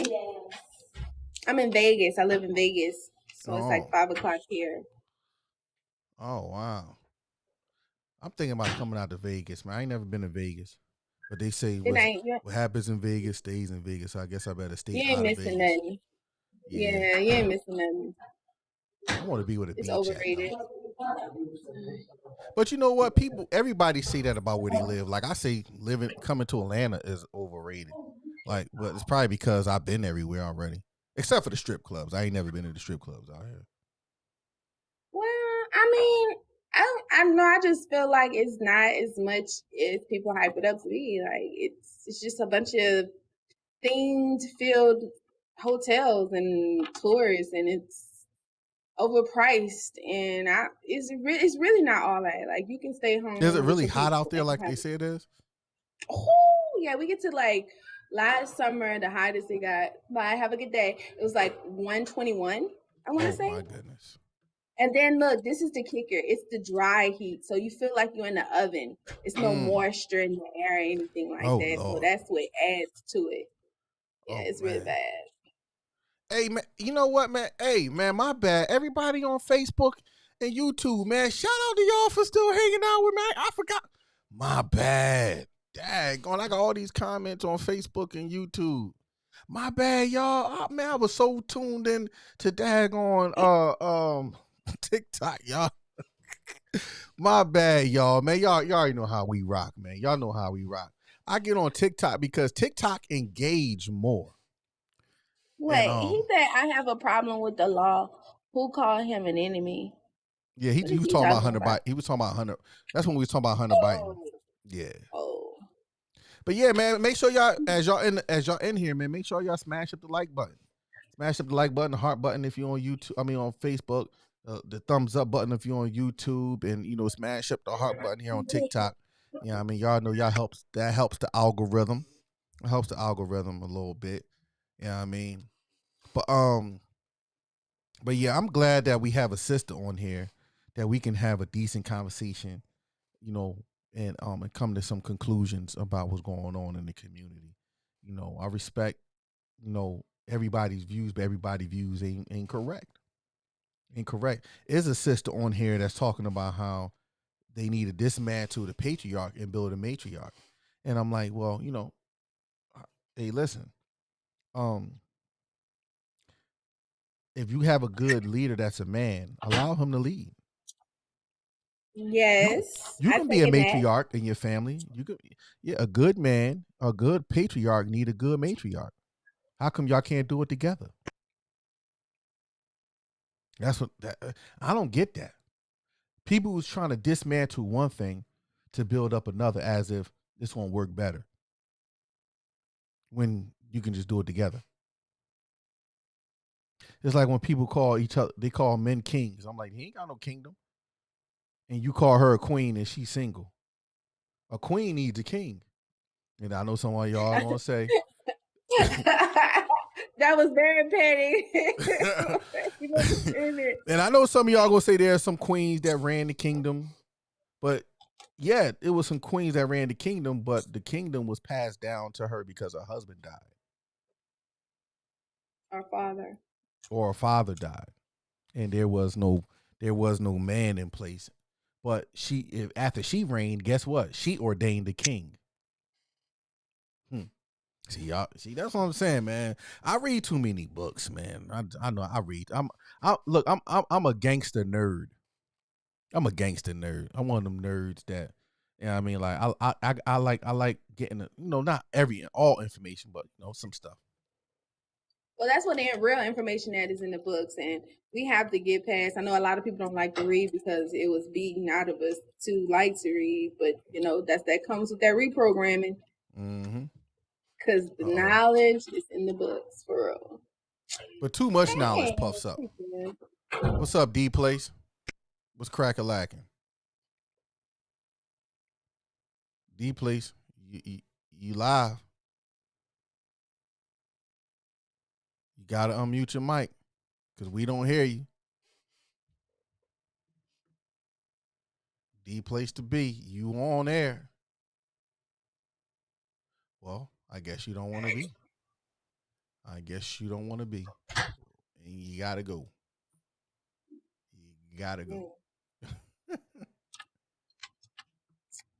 Wow. But yeah, so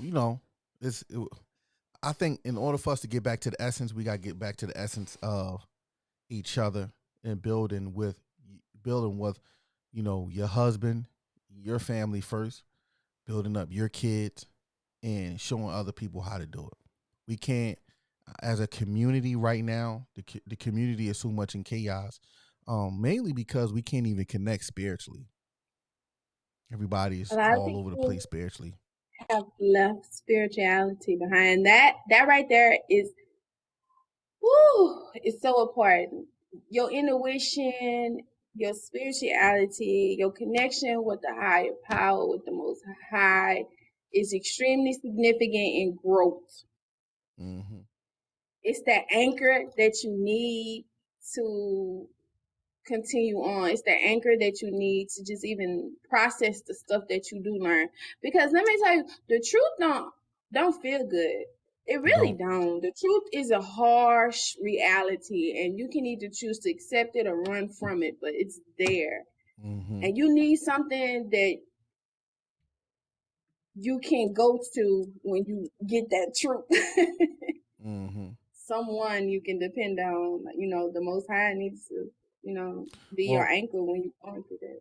and In now my that we on opinion. that topic, right? That's why even when I talk about what I believe in, I'm a follower of Christ, right? So when I Mm-hmm. talk about spirituality, I always say spirituality have to have direction. Spirituality have to have identity.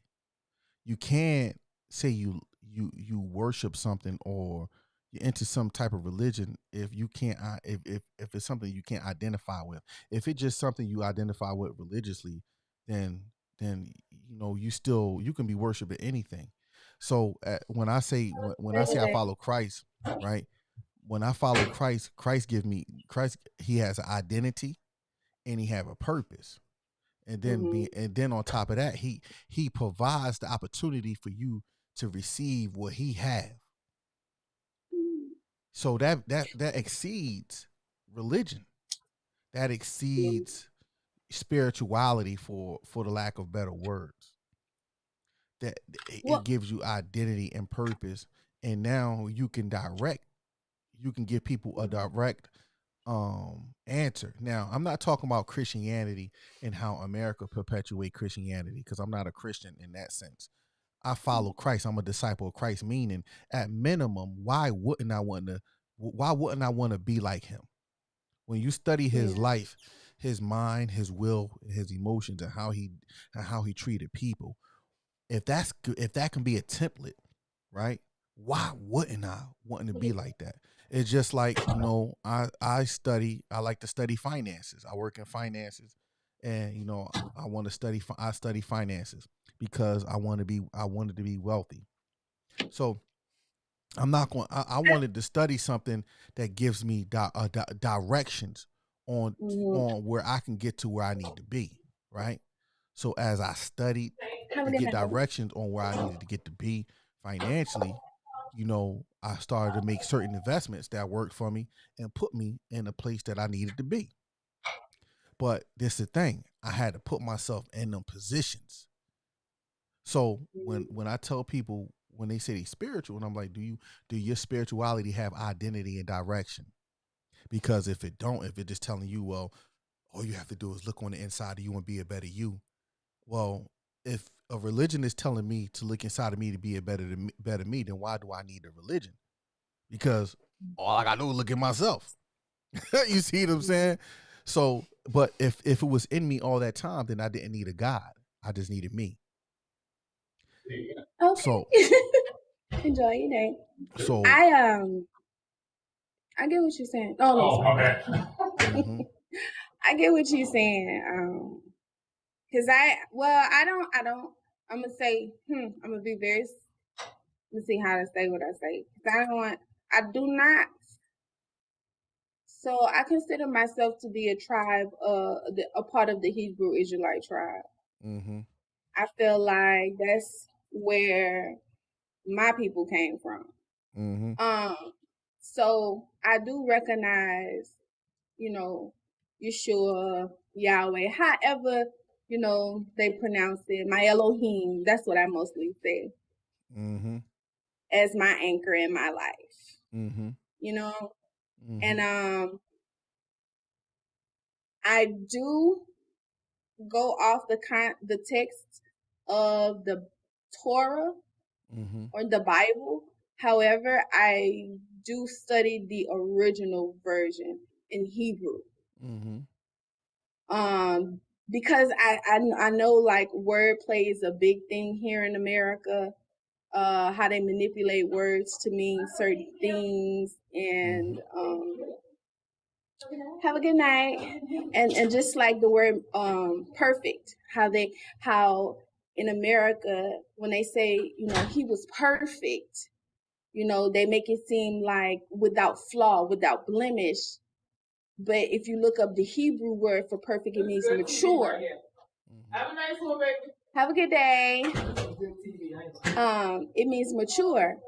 And I can see that. And then it's like here in one aspect, you're aiming to be without blemish, and then they have you thinking that you cannot make mistakes. You have to be perfect because Well, he was perfect. Yeah, that but in portion of a scripture different was sense, talking it's about Christ. I know mature. I know you're talking about that portion of scripture Huh? was talking about Christ. Christ being Right, right, perfect. right. Mm-hmm. Right, but see, but that's in the King James version. If you look at the definition of perfect here in America from the King James version, it is that he's perfect, without blemish, without flaw. But then if you're looking at the word perfect from the Hebrew standpoint, if you look at the word behind it, it's mature. Well, And then so I have to weigh my options. Which one makes more sense? Of course, he was mature. That's how he was able to make those decisions that he was making. well, in the And then in aspect my of mind, it perfect makes without spot and blemish, it's because he was to be the sacrificial lamb that was to be slain on behalf of the sins of mankind. So all through the Old Testament, he's always telling all the brothers who the high priest that made sacrifices that they had to bring a sacrificial lamb that was without spot and blemish every year right. to atone for the sins of that of that certain sect and that certain community. The high priest was to do so. So now that we have a high priest, that goes beyond that which is Christ, he gave up his life. He was a sacrificial lamb, so he had to be without spot and blemish to bring this word where the Bible says that God says Jesus Christ is the fullness of God. I mean, not the fullness of God. He's the exact radiance of the image of the invisible God. And another portion of scripture says that he is oh man, what this scripture just slipped my mind. Um he is oh my goodness, my bad, my mind is betraying me. But I'm gonna get back to it because the scripture literally was just on But the tip just of to my. speak on to But what you were saying about, how we definitely need that grounding and how there needs to be something there. That is true, because if you don't have spirituality, you is lost, in my opinion. And what I mean by spirituality, and I know I said that, and it does seem very vague, but my definition of spirituality is my relationship with the Most High. I talk to him, I thank him. I feel like he walks with me hand in hand, especially in my life on a daily basis, because of the simple fact of the favor that he just shows me. And there was this song that I listened to, and it's called it's by this guy. I forgot, I think his name is Luke, but I'm not quite sure. And he sings and he's like, I only talk to God when I need a favor. You know what I'm saying? That's part of the hook of the song. And it was like, I identify with that because I know how I used to be, have a good day, how I used to have that fake relationship with him, that fake, like, oh, I only go pray when something bad happening or when, you know what I'm saying? But now when I moved out here, I started digging to see where I should be. And then upon that, you know what I'm saying, I reached some pillars and I reached some people, and then I got to a place to where I feel like, okay, this is home. This is where I need to be. And trust me, like, people would never understand, like, and this is something I'm talking to my brother about right now, of how much the relationship you have with him can change you. And I know you were saying earlier, like, people do what they do because they don't have no connection, and I really feel, I'm gonna go past that and say it's because they don't have no fear. My fear for him helps me to not do a lot of stupid stuff. Come on. Because I walk through grace with him, and I'm walking through grace with him, and then you just get to a point to where it's in, like, I know I'm in good standing with you, and I don't want to do nothing to mess that up. And to be able to just prove yourself to him and trying to constantly prove yourself to him, that's being fearful of him. And that's what it is. People make, the Most High, they make, God seems so insignificant now that they don't have that fear that they used to have. And so they just lollygag and do whatever, and nobody's afraid of any of the consequences. And that's what it is. And I didn't understand, I didn't really, until, like, I had went through so much and he was just there. He was the only one there. I didn't even understand that fearfulness that I have now. But yeah. So, Having the fear, the Bible says the fear of God is the beginning of wisdom. So that's where it starts. Now, the reason why, like I said, I camp out with Christ because he did everything we couldn't. And no matter how hard we try to please God, it's just impossible. It's impossible. You want to talk? I'm So sorry, not to cut you off, but this person said that I'm afraid I'm not doing enough with my life. You want to speak with them? yeah, I just reached out to him. Oh, okay. Okay. Yeah, I just reached out to him, but they didn't say anything back. Okay. Um, I'm trying to see if they still. If are you still in the room? The I don't know what human spirit. But Are you still in the room? yeah, Okay, he's still there. okay. You say you're struggling with your faith. Where are you struggling it with your faith? Like, what's the issue you having with faith?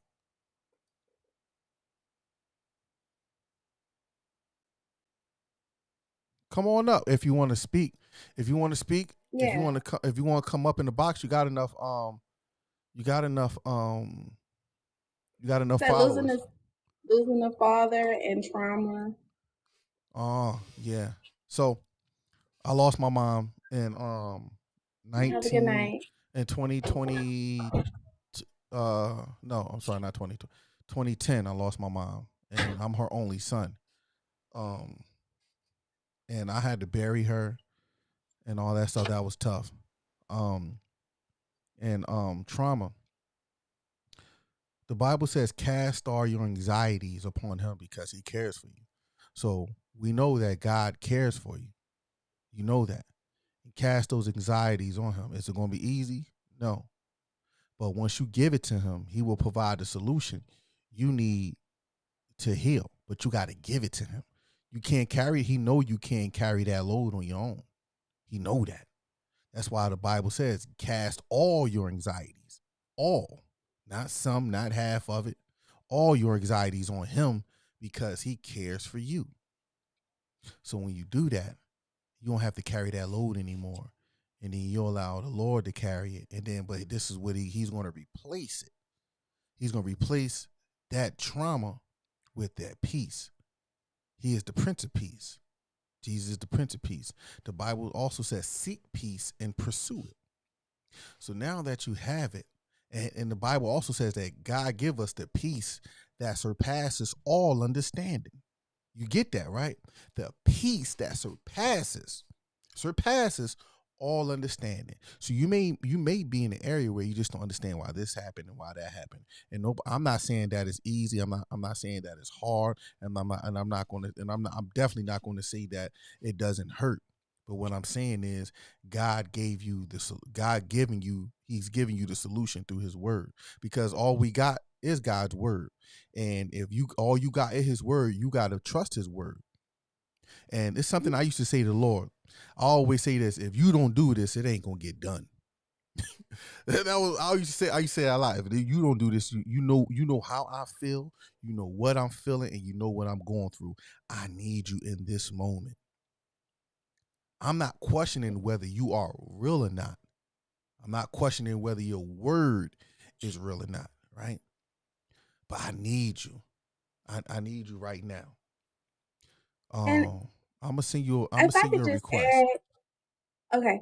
If I want to just add this, and when it comes to faith, let me tell you, faith is a practicing thing. Faith doesn't come overnight, you know. It's not one day you just wake up and because faith involves trust. And a lot of times we have a hard time trusting something that you don't have control of. And so trusting something that you can't see, trusting something that you don't know the outcome of. That's that's putting yourself in a very vulnerable situation. And I know a lot of times we don't like to be vulnerable, but faith comes with practice. It's a practicing thing. It's a daily thing. It's a daily thing. It's not just something that's just gonna happen overnight. You're gonna wake up and just like, I have all, well, I'm not gonna say it's not. I don't know everybody's experience, but for me, it was not an overnight thing. It took years to build my faith up the way it is now. Mm-hmm. And it took a lot. Let me tell you something. In order to get the faith that I have now, it took a lot of obstacles and it took a lot of trials and tribulations. That's how you Yes. build that faith up. You get put in a lot of different positions to where you have no choice but to put your faith in him. And the Mm-hmm. more he comes through, the more you see that you can just put your faith in him and you don't have to take on these situations alone, and you Mm-hmm. can just give it to him because automatically he's going to handle it. But it comes with a lot of trials and tribulations, and you just have to keep rolling with it and just know he's hand in hand. Because one thing I tell my brother, because my brother is going through this process right now of just building his faith, one thing I tell him, I say, you know what, I say, I know when the Most High gives me a opposition, or I have a trial and tribulation, and I know it's just to build my faith, I know that it's already a solution there. I don't have to Mm-hmm. go find a solution. 9 times out of 10, it's already a solution there. I just have to wait till he provided to me. Now, I know Mm-hmm. when I go and I mess up and I do something wrong, I have to find a solution and I have to fix it. But when it's just life and life will just happen, trust and believe that he already has a solution there for it. He's just going to see if you're going to come to him or if you're going to try to do it yourself. And And that's the something Bible that I says hold on that to. Go ahead. the Bible says that faith is the substance of things hoped for, the evidence of things not seen. Right? I'm gonna say that again. Faith is the substance. That means it can be held, it can be grasped. It's the substance of things hoped for, the evidence of things not seen. Now, once you get a hold of faith and grab on it, and that's Christ. You gotta remember, that's Christ. The Bible, talks about how Christ is faith. In Hebrews.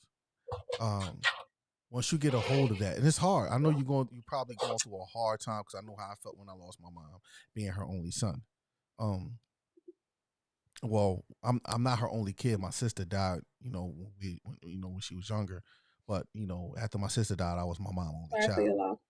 So, but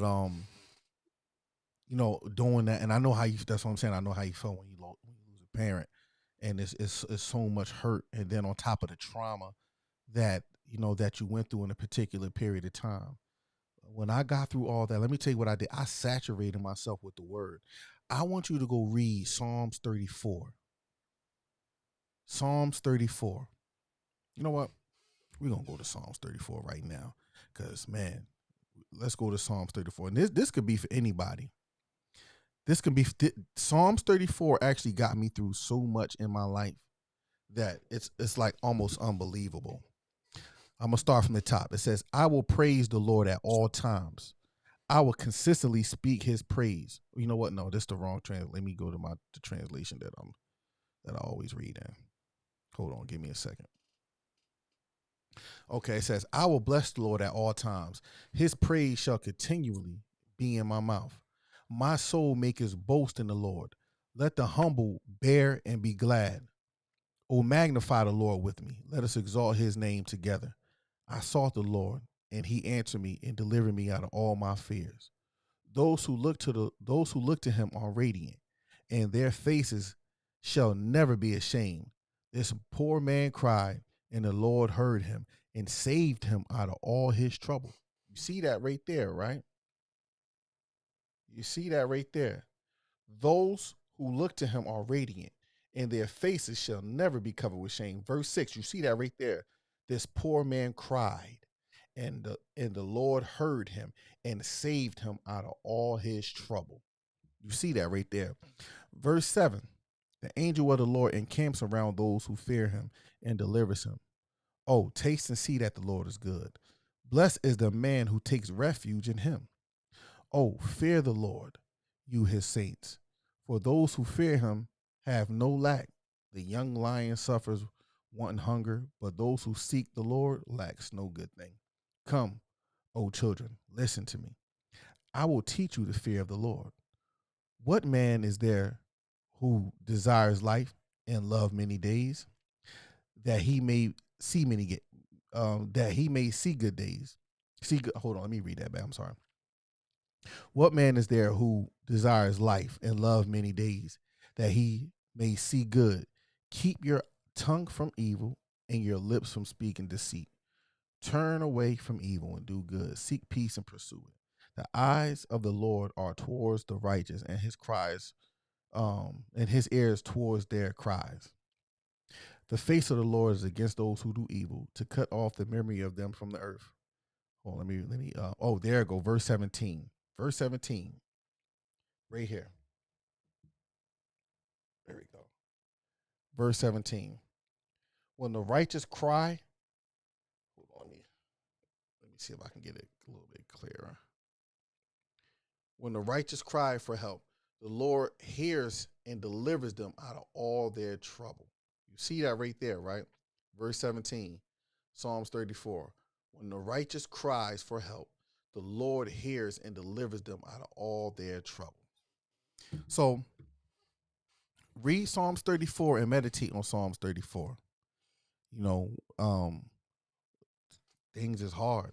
I'm not gonna say they not. But read Psalms 34 and meditate on that. And keep your faith. Don't lose the faith. That's all you have. That's all you have. Don't lose the faith. Are you still in here? Spirit, human spirit? The other sister dropped out.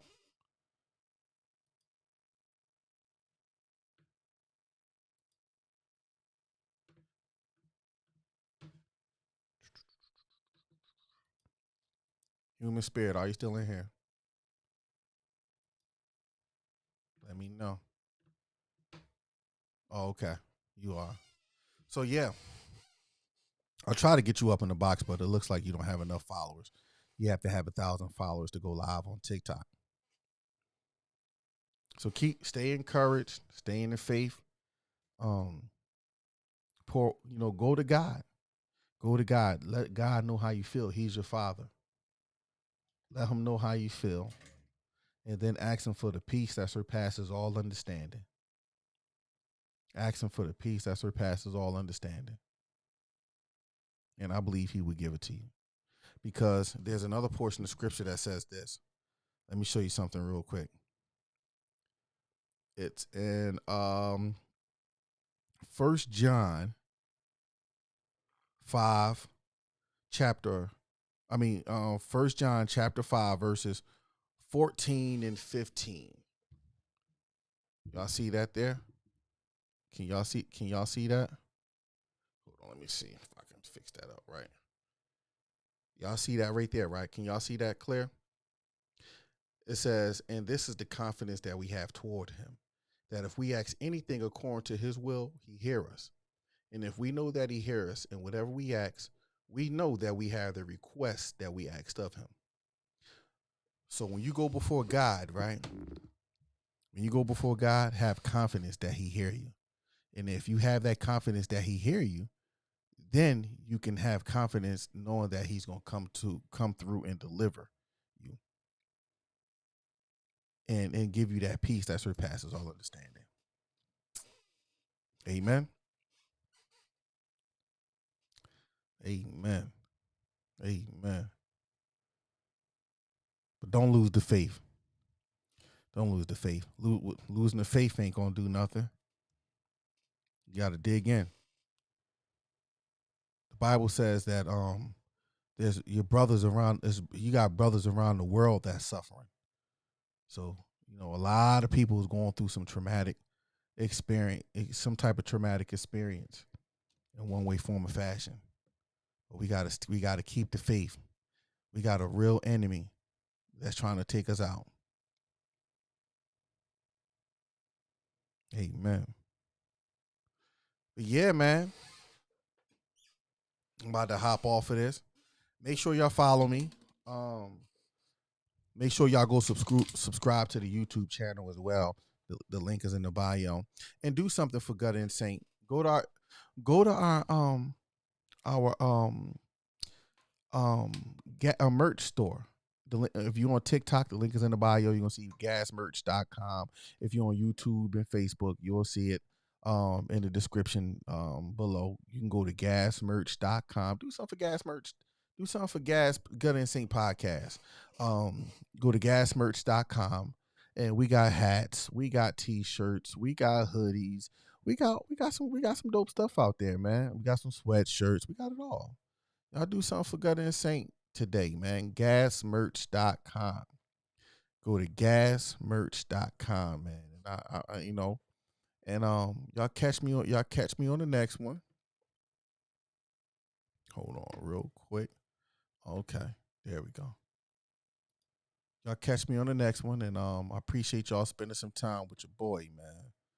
So but yeah, man. Oh yeah, and Spirit, if you're still in here, inbox me, and let's we can get some prayer and talk, and chop it up. You know what I mean? But yeah,